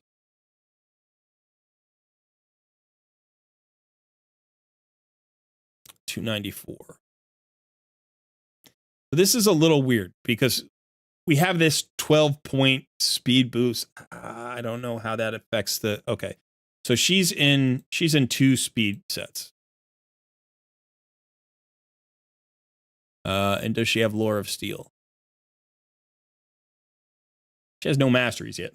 She has no masteries right now. She has all her scrolls, but she doesn't have her masteries actually chosen. So that's not. So I think it's just this Brogni thing. I think this is what's happening. Is that Brogni is replacing the Vaultkeeper Wixwell, and I'm pretty sure Vaultkeeper Wixwell, when he does his shield, he extends the duration. Let me just double check that. So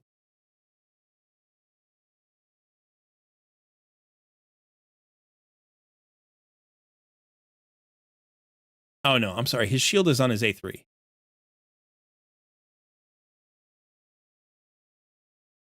So it shouldn't matter.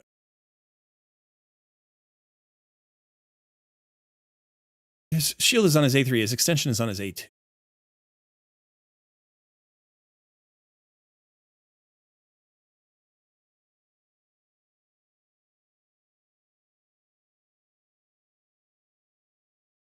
So this is what I was saying before about like when you have somebody who laps the team, somebody who's going faster than the team, then you have a chance of dropping the debuff. And that just makes sense to me based on like calculating it in my head. And you can see that Lady Mikage here goes 5 times, whereas everybody else goes 4. And then, everybody here goes the same number of times. Everybody's going 6. Actually, Brogni's going 4. Mikage's going 6. Sandlash is going 5. Wixwell's going 5. Okay, so she's going 1 extra turn there as well. And then everybody's going the same number of turns. So what's happening is prior to turn 5, she's getting 3 extra turns compared to the slowest champion, who is Brogni. Now, Brogni doesn't matter because he's not a buff extender. So who's the slowest buff extender? So Sandlash gets 3, 4, 5, 6, 7, 8. She gets 8 turns. Wixwell gets 1, 2, 3, 4, 5, 6, 7, 8, 9 turns. And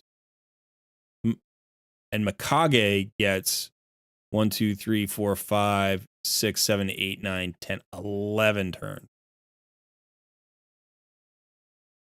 So she's getting 2 turns more than Vaultkeeper Wixwell, but the big problem is she gets 3 more turns than Sandlash, right? 1, 2, 3, 4, 5, 6, 7, 8. She gets 3 more turns than Sandlash. And so that means Sandlash is not getting not getting back to the last buff extension before Lady Mikage gets her 11th turn. So she's going to drop it off right here. Now, there are 2 ways that can be fixed. One is we can change the speed tune so that she doesn't get this extra turn. Right? And it might be as simple as just like dropping her. Like if we dropped her to 299, maybe that it still tunes and then it might work. So we could potentially do that, right? I don't know what would happen if we sped Sandlashed up. Let's see if there's a. So in this case, let's see, 1, 2, 3, 4, 5, 6, 7, 8. And then it tunes. And what's Lady Mikage doing? 1, 2, 3, 4, 5, 6, 7, 8, 9, 10, 11. So that didn't change anything. I have to go faster.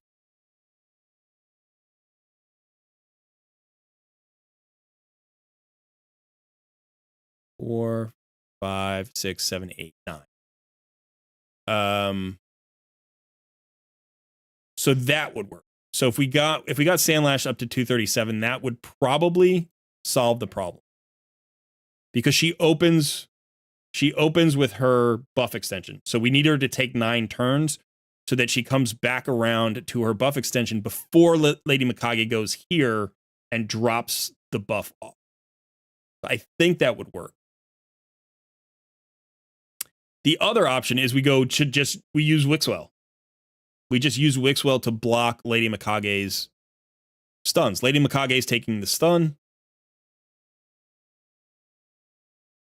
against this particular affinity, right? So let's go look in the game. So right now we are up against Spirit Affinity. Oops, actually I should look.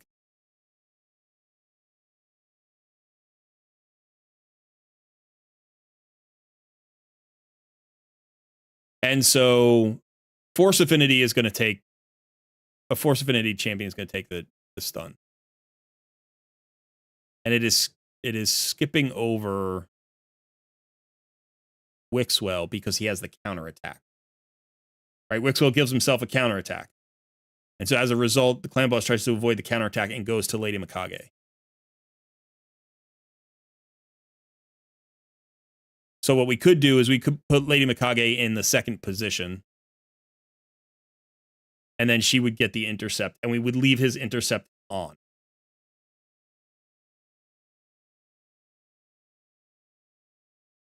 We could try that. And that would not require any like reworks of the speed tune. So let's try that. Let's just try that for now.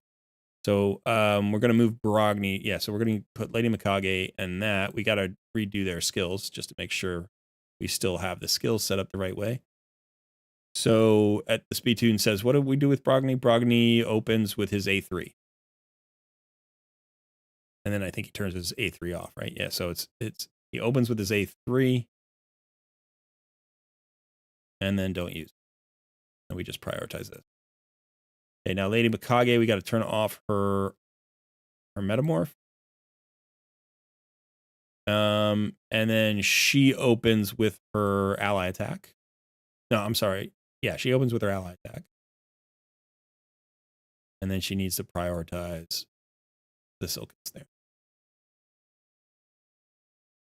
And then Wixwell, we don't turn off the Codex Intercipio.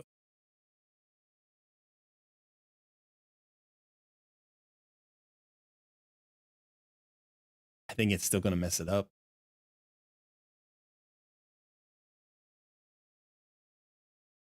I think it's going to mess up the shield. I think it's going to refresh her shield. She's going to get down to a 1-turn duration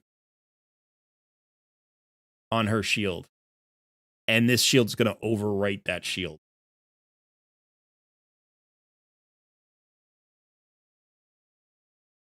So I think we have to go the other way. I think we have to speed up Sandlash Survivor.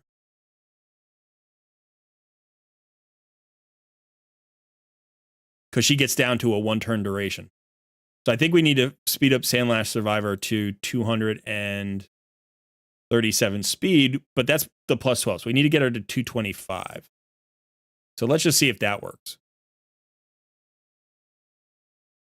This is why even an easy speed tune is tricky, right? Like, there's so much to factor in.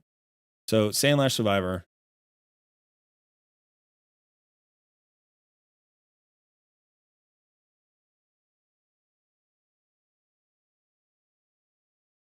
Oh, she's in a Guardian set. I didn't even notice that. Okay, but she's not glyphed. Or not fully glyphed.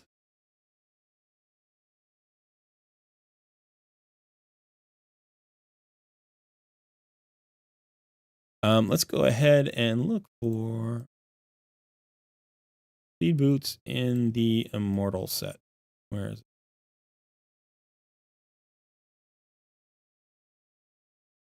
Isn't Immortal near the top? Here.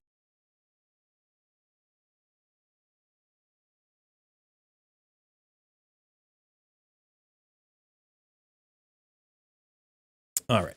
Let's get her in 6-star speed boots.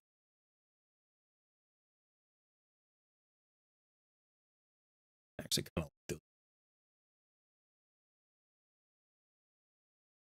Yeah, let's look there instead.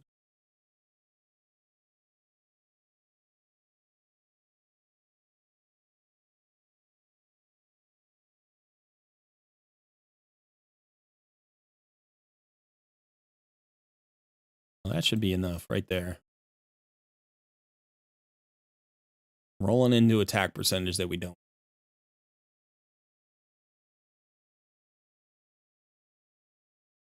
See, it's interesting. You don't need accuracy on her for this particular purpose, but you could use accuracy on her for her provoke in other places, right? So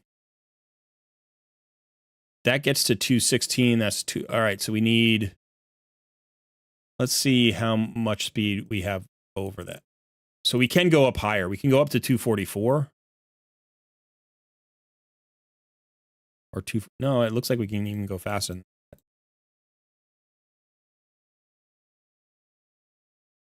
We can go as fast as we want. We can go as fast as we want, it looks like. Yeah, we could just keep running her faster. It doesn't matter how fast we go. Okay, so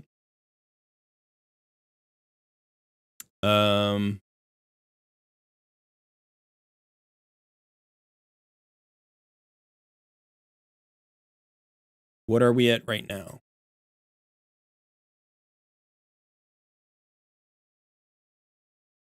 Or 226. So we need at least 9 more speed.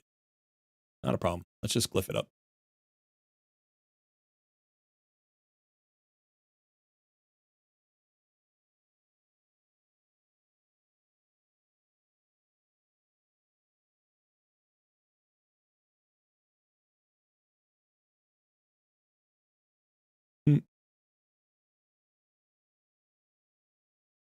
Now this is not, I'm going to use a 5-star here because it's a double speed on a 5-star piece. And got it.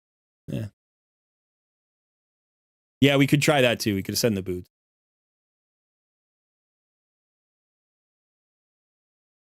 HP is fine, right? It's going to help.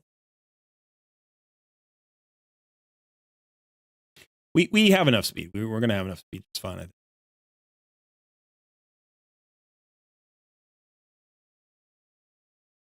As long as we don't miss on all of it.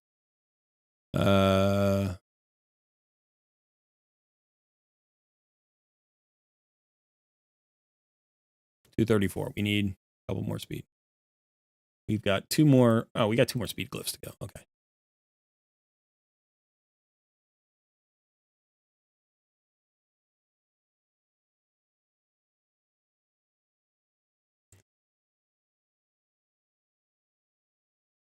One more speed glyph.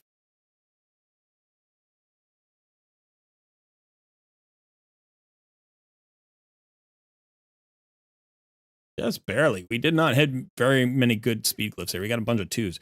But we are at 236, 238 now, I think. Just double check that. We're at 226 plus 12 is 238.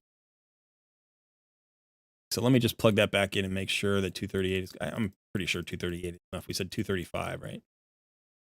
Yeah. So this gives Sandlash 1 extra turn, which should extend Lady Mikage's shield by 1 before it drops off, and then everybody's in a 2-to-1 speed tune. So all we need to do is get that. We just need to get past that point. We just need that 1 extra extension. And if we do that and it doesn't drop off, then we're good. So we don't have to change the speed tune. We don't have to change the order of anything. I mean, we did, but it doesn't matter. You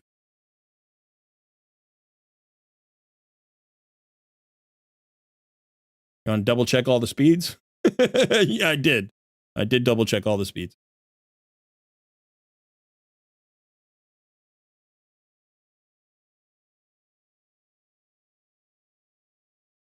All right.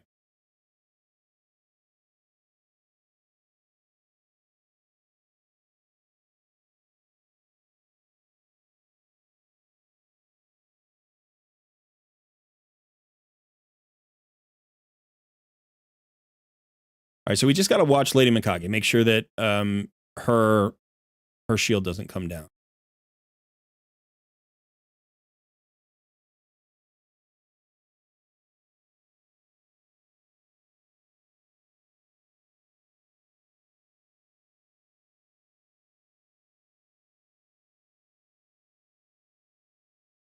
So see, she's down to 1 turn duration. So is Lydia, but then it gets extended.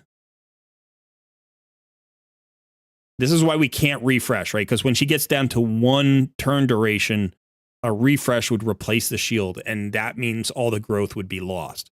We just need to make sure she doesn't drop off, right? Because as long as she has 1 turn duration, she's fine. Because once everybody gets to the same 2-to-1 speed tune, she's not outrunning anybody anymore. She was just doing 3 turns more than Sandlashed before it came into tune. So by doing this, now she's only taking 2 extra turns, and hopefully that means Sandlashed will get back to that next buff extension before Mikage gets from 1 to 0 duration on the shield.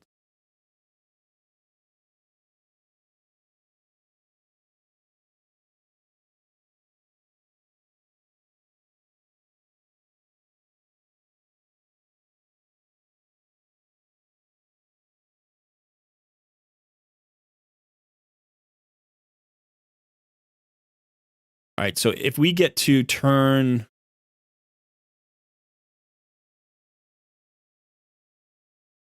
If we get to turn 7, we're good. We're turn 7, we're good. So now it should be infinite. Now we don't have to worry about the duration ever dropping off because everybody is now in a 2-to-1 speed tune. So this is beautiful. We have our weaken, we have our HP burn, we have our smite, we've got our decrease attack, we've got our decrease defense, we've got all our buffs up. We don't have to worry about survivability. This is going the distance. Okay, so now we're good to go. And now it's going to be full auto, quick battle, right? So here's the question. I'm going to put this up in chat. I'll let everybody kind of take a look at what's happening. But how much damage will Mel's new Wixwell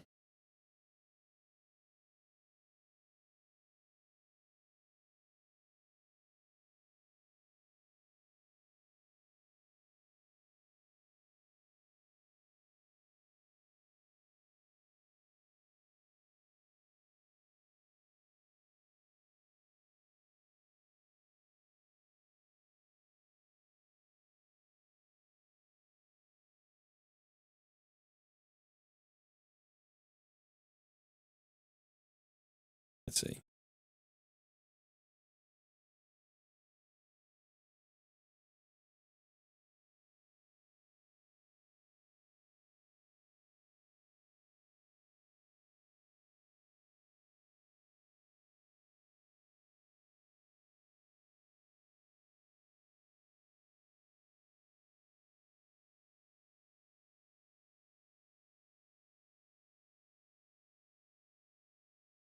All right. How much damage is this going to do?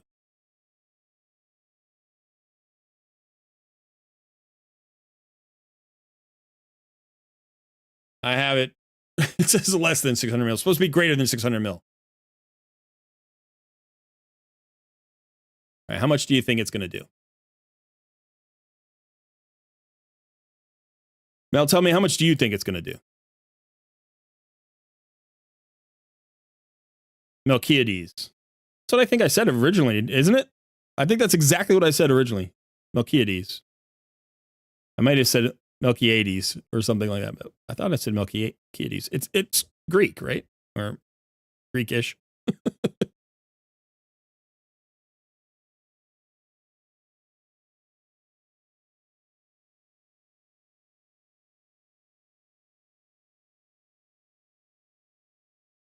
Honestly,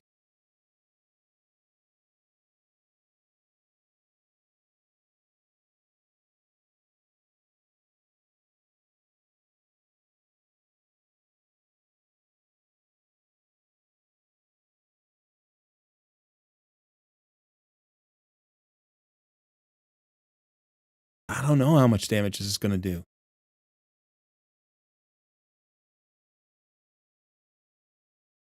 I think it's going to do 250 to 400. I think it's probably in there. Remember, so here's the problem with this. This can do more. We don't have masteries on Lady Mikage. I don't think we have masteries on Wixwell. Like, I think the upper limit for this is probably around 500 million. But we don't have all the masteries right now. So, but what I'm going to do is I'm actually going to stop this now that we know it works. Okay, I'm going to stop this. And we're going to do a quick battle instead. I'm not going to make you wait for 47 minutes and watch that whole thing unfold. Yeah, it's less than 600 million. No, it could be more than 600 million. But so what I'll do is I'll Lady Mikage has the masteries. We can throw in the masteries right now for her if we want. I got to make sure that if we increase her speed, that doesn't break the speed tune. How fast can she go? Oh, wow. Actually, if we speed her up by 1, it comes into tune 2 turns earlier. It actually comes into tune faster if we do it that way. That's so funny. So if we speed her up a little bit, it works better.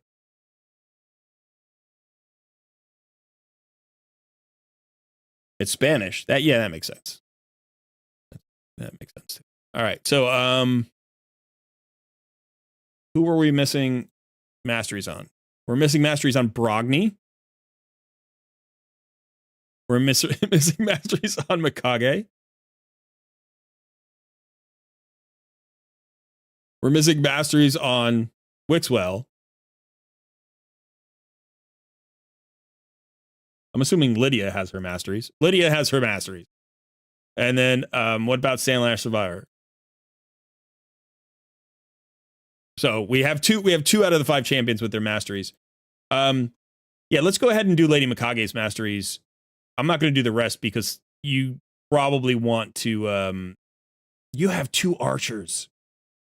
Oh, you have 2 archers. That is fantastic. I just noticed that. But you probably want to run this in Minotaur, and you probably want to run Brogni in Minotaur as well, because Brogni, well, maybe not. Maybe you want to buy Brogni. But okay, so let's go for Lady Mikage. And so what we want here is we're going damage. Her A1 is just a single attack, right? It's got that random ally thing. Okay. So I'm just going to do basic masteries here. I don't think there's any tricks here. We're just going to do this. The question is,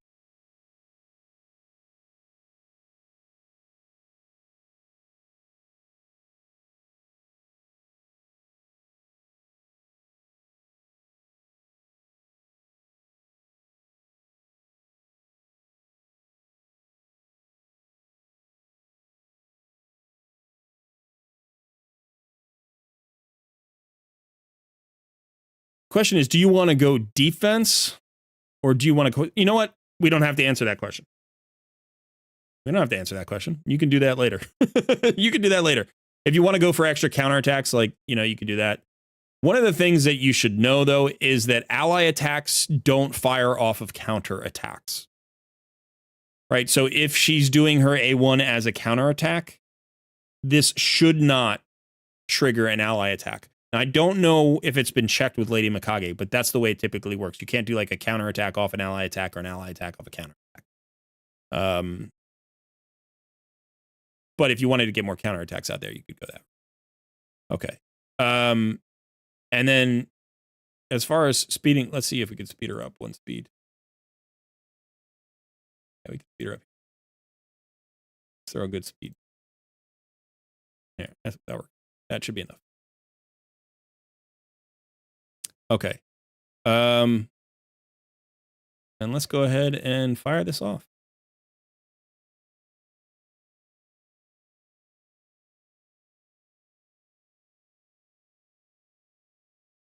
Quick battle.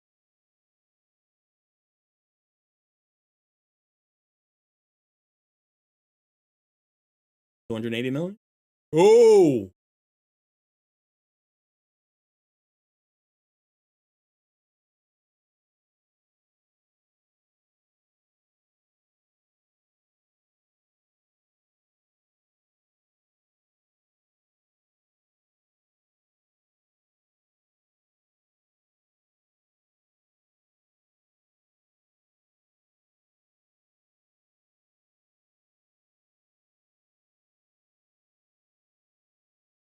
it's the speed I added. Did I mess it up? 2, 3, 4. Oh, damn it. That doesn't feel like it should. All right, I'm looking at the speed tune right now.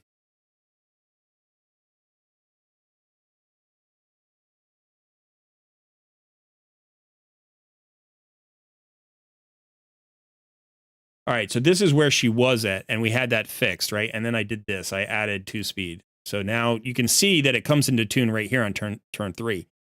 But the problem is it actually like here, if you look at it, she gets 5 turns, 6, 7, 8, 9, 10, 11, right? But now she gets 6 turns, and then that's 12 turns. So she got an extra turn. So even though it comes into tune earlier, she outpaced Sandlashed again. That was my mistake. That was my mistake doing that. So, oh no. Oh no. Oh no. Let's go fix that. Let's go fix that. I didn't mean it. That was totally, I shouldn't have done that. I can't believe I did that. That is so frustrating. Okay.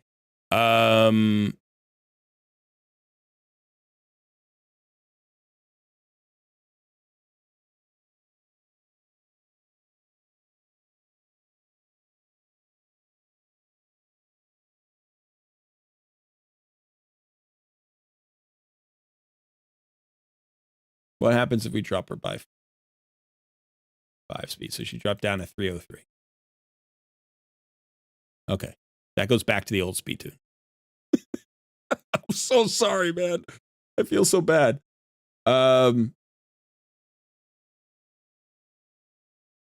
This can potentially be, like, you could potentially run her faster and still make it work. Let me actually see. What if we just sped her up by, like, a whole... No, we can't speed her up by a whole bunch. Yeah, okay. Because we would need to speed up Sandwich Survivor. Okay. So let's just do this. That gets her back down.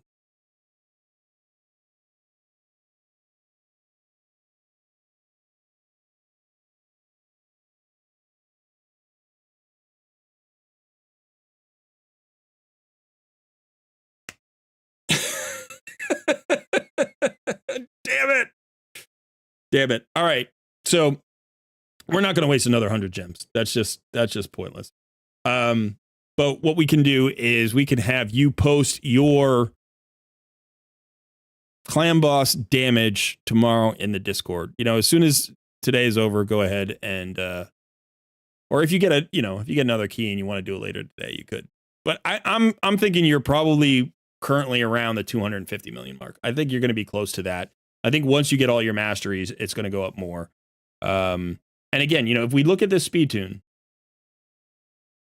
people were asking about this speed tune before. So this is the thing with Lady Mikage that is the one thing you want to be really careful about, which I wasn't, right? Is she's running so much faster. You have to make sure that she doesn't drop her shield before it comes into tune. And the reason that this is tuned now with her running at, I've actually got her down at 303, but you can run her up as high as 306. And remember, this is the adjusted speed with the area speed bonus, right? So this is her build plus the 12. So she's actually running at 294. Or now she's running at 291. And you could glyph that back up. You could glyph that back, those 3 speed back if you want. But what happens here is she's got a 3-turn shield duration. So she can only outrun the buff extension by 2 turns. If she outruns it by 3 turns, it drops off. So Lady Mikage is going 1, 2, 3, 4, 5, 6, 7, 8, 9, 10, 11. Right? She's going 11 times. Sandlash is going 1, 2, 3, 4, 5, 6, 7, 8, 9. So Lady Mikage is outrunning Sandlash Survivor by 2. Now, here's the thing. On this next turn, if Lady Mikage went before Sandlash, she would outrun her by 3. And the shield would drop off. But literally what's happening is on turn 6, right here, Sandlash Survivor is extending the shield before Lady Mikage goes. And then Vaultkeeper Wixwell is extending it before Lady Mikage goes. Right? And then on the next one, Lady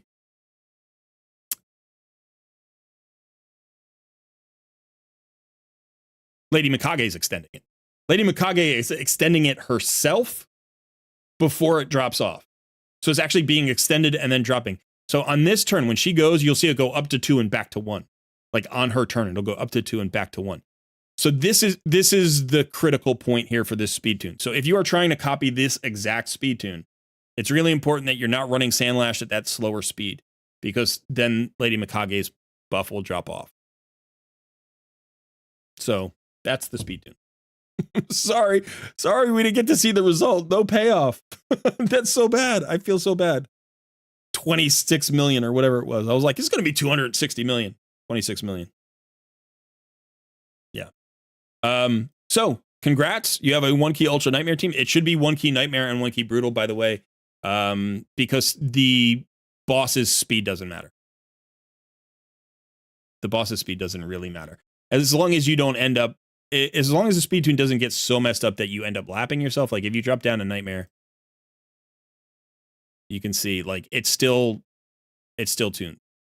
You know, so as long as it doesn't change the number of turns people get, which I don't think it will. 1, 2, 3, 4, 5, 6, 11, 12, 3, 4, 6, 7, 8, 9. Yeah, it's still too different. Then it should work for Nightmare. Should work for Brutal. Should work just fine.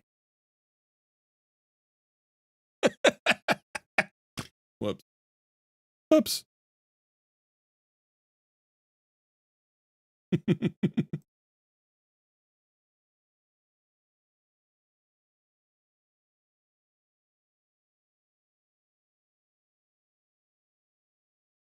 Yeah, if you're looking for the speed on Sandlash, so here's the thing with Sandlash. She needs to go 238. If you drop her, let's see. No, she needs to go 235, 236. She needs to get to 236, I think. But you can run her faster than that. You can keep running her faster. Like it will change the order a little bit. But I think you can run her up to like 250. Like it, as long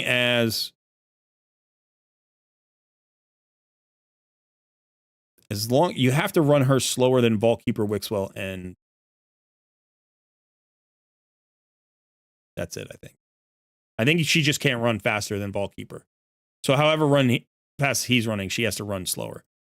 But otherwise, yeah, you're fine.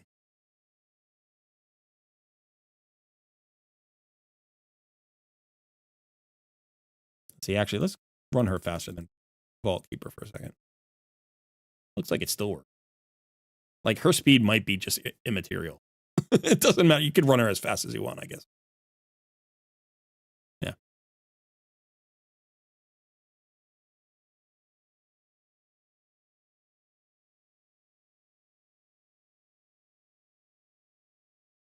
All right. I was hoping to get one more in, but honestly, these took longer than I thought they were going to. That one was a little bit tricky. I'm glad we got it done. I'm sorry we didn't get to see the payoff. Yeah, I saw yours, Darren. So what I'll do to close this out, rather than just shut it down, is I'll show everybody my speed tune on my account. So Mel, thank you. That was fun. I appreciate it.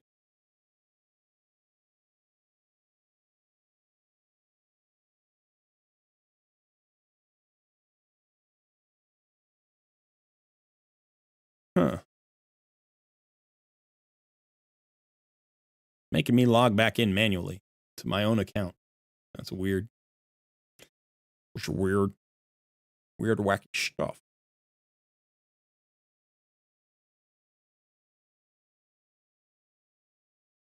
I think the 250 to 400 million people are upset. They're like, no, come on, man. I want to know if I hit it. I was like, yeah, sorry. Whoops. I don't know what the result was. We'll have to figure that out tomorrow.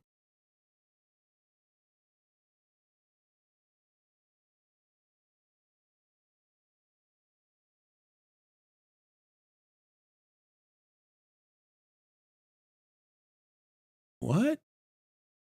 Oh, you know what just happened? I just logged into my Noob versus Pro account. Oh, look, I'm one day away from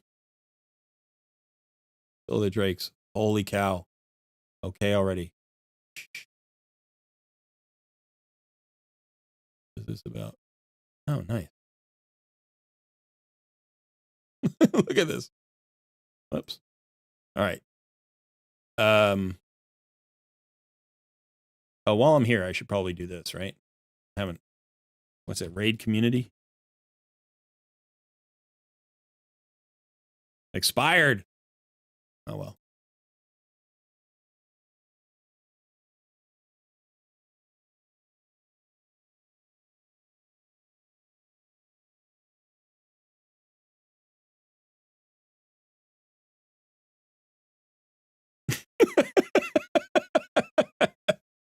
Fun fact.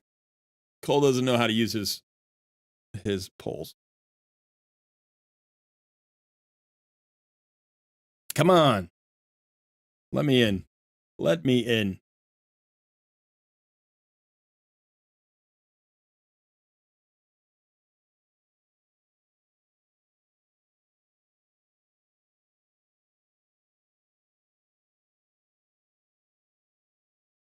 Yeah, the less than 600 million people were right.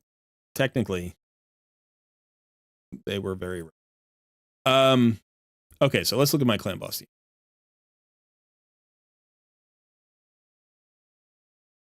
Oh, I haven't run it today.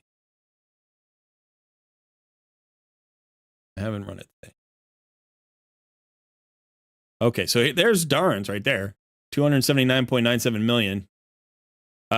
Now, I haven't completed my final version yet, but the version I did in the last video is this one. Right? And you can see that this is like, if you have Wixwell and Brogni, piece of cake. Now, I was running this with a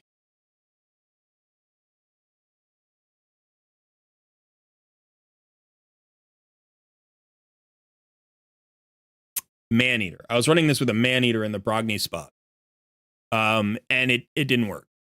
But I am certain that even if I put Maneater back there, right? If I put Maneater back in that spot and I ran a Corvus, I think it would work, right? Because I think Corvus's passive mitigation would make up for the slight lack of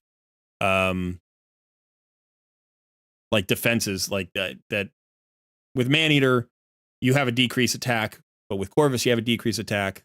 I think that's good, but Corvus gives you that passive, right? If you don't know who Corvus is, I love Corvus. He's like one of my favorite champions.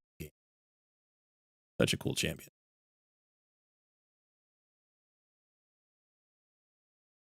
So Corvus has this passive. Decreases damage enemies under poison debuffs, inflict 5% less damage per poison debuff, stacks up to 25%, and then on his A3, he can drop 4 poison. Attacks all enemies 2 times. Each hit puts up 2 poison. So you get 4 poisons from 1 A3, which is 20% damage mitigation on the clan boss. That by itself would be enough. I think like if I put Maneater back in for Brogni and I put in Corvus for any of the other buff extenders, I think I wouldn't need Brogni. And I think I would do more damage probably.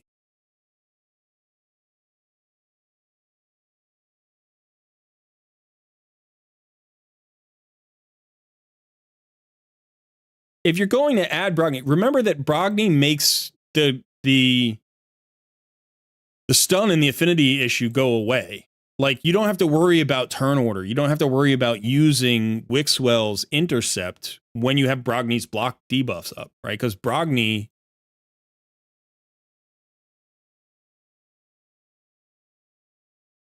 and Wixwell kind of look alike, don't they, in their portrait? Like, not super alike, but enough alike. They're facing the same direction, got the same color hair. It's like close. But anyway, but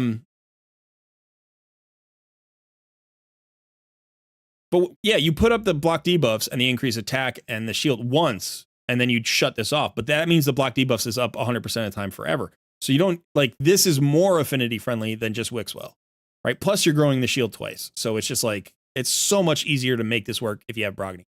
If you don't have Brogni, you can still make it work. So what I'm going to try to do is I'm going to try to do a new composition. I'm going to try to do a new composition here that doesn't use Brogni.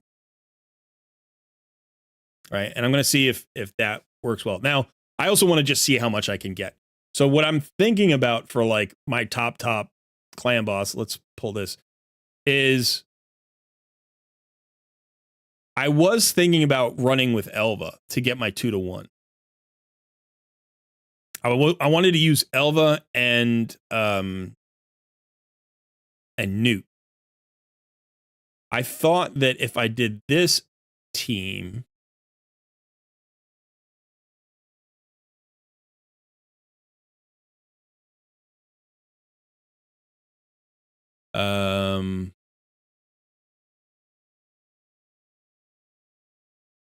I thought if I did this team, this would be a pretty sick team.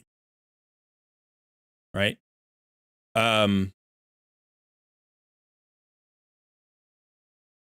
So the only thing here is I don't think this doesn't have a decreased defense. So you still have the weaken, but you don't have the decreased defense. Now, Clan Boss's defense isn't huge. You know, you get 3 decreased attacks. But the problem is I don't think I can speed tune it with the speed that I have for Newt. And Newt is in like 6 other speed tunes. So I can't change his speed. I don't think. Maybe I can. I will try.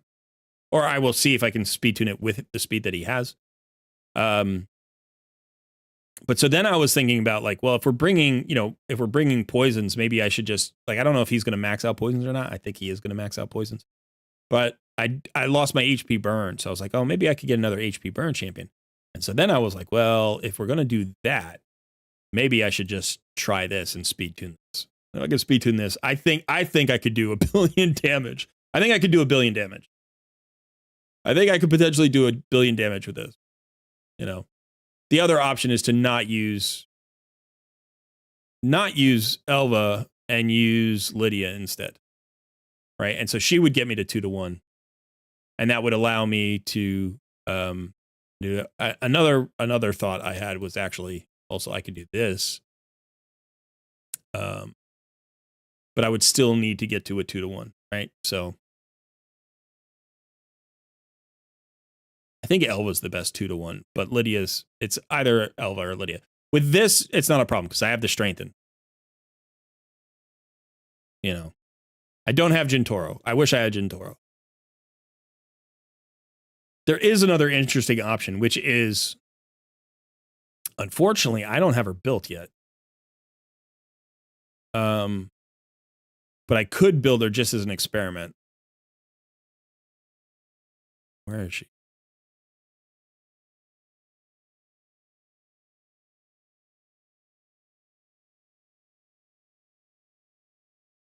Maybe I don't even have her. Oh, I was also thinking about this because he's got that cooldown reduction on his A1, right? So he can get you to a 2-to-1. Let's see.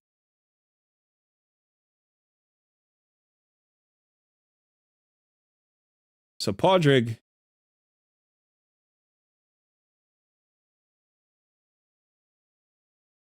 he's got the increased speed, but he also has a turn meter fill. So I think this would be fine because you just use this once and shut it off. So I don't think the turn meter fill would be really hard to adjust for. I think you could adjust for it fine.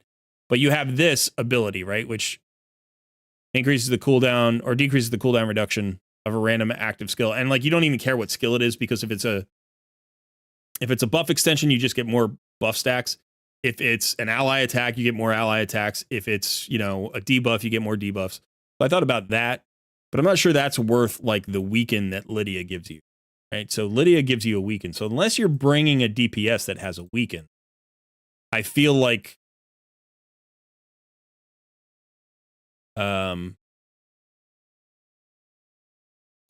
your damage potential is not as good. So, I was thinking about what about Cyssia and Cardiel, but then the problem is I lose my speed buff. Right? So she's the only one that brings the weaken and the speed buff. And Elva brings the speed buff and the block debuffs. But I don't necessarily need the block debuffs, right? If I'm going fast enough, like we were showing before, like you can cover it with the Wixwell. So I thought about Fane. I thought about Annex. I think Ninja is the way to go, though. Honestly, I think Ninja is the way to go. I think it's going to be Lydia. If it's not Lydia and Newt, it's going to be Lydia and Ninja. The other one was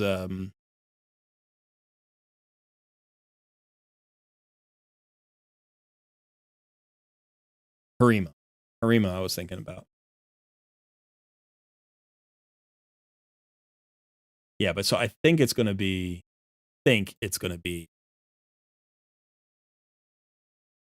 probably Corvus lead.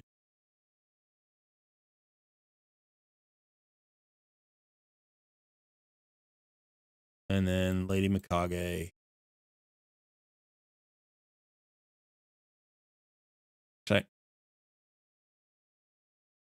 I got to figure out like this. I would have to change this based on affinity. I would have to have different versions of it.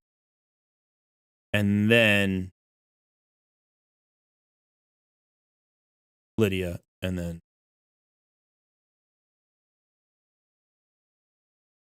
probably Ninja. I think that's the way to go. I think I can hit 1 billion damage. I think I might be able to hit 1 billion damage. We'll have to see.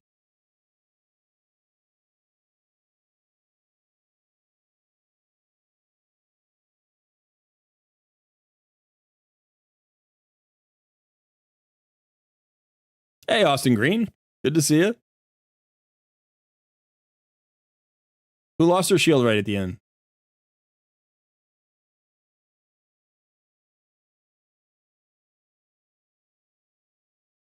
You know what, Kai? I've been doing well on Hydra. I have been doing well on Hydra. The last few weeks I've been better. And in fact, I got our clan a 3rd place last week with a pretty crazy brutal score. This week's I ran an auto brutal. I got 111 million on brutal. And then I think I ran a normal. Did I run a normal? I just ran a quick normal to get 22 million. So I'll probably focus on hard this week, and I'll try to get like another 140, 150 million here. And I think we'll probably take 2nd place. I think we'll probably fit in 2nd place. So I got to do that tonight.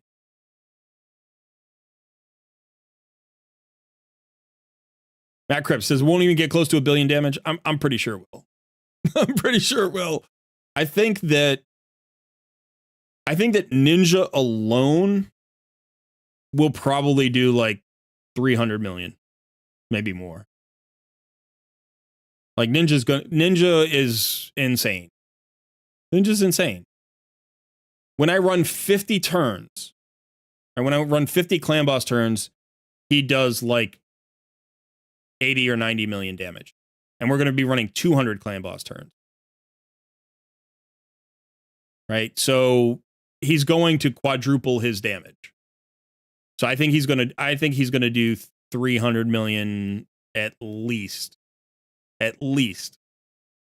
And potentially I can push that with other things that I haven't done, right? I can push my gear. But like I think I want to try to get to 1 billion damage.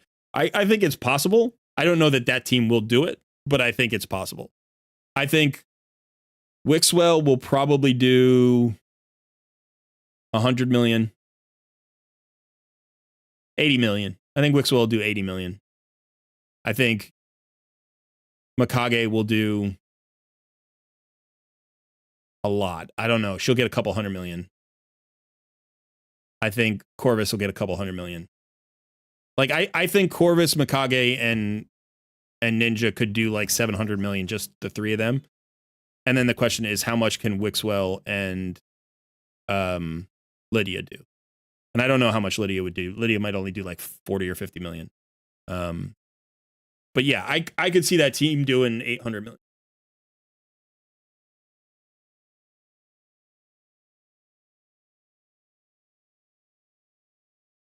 But all right, so yeah, this has been fun. Sorry I didn't get more. Maybe I'll do some more Wixwell takeovers if people enjoy these, if they want more help with the Wixwell takeovers.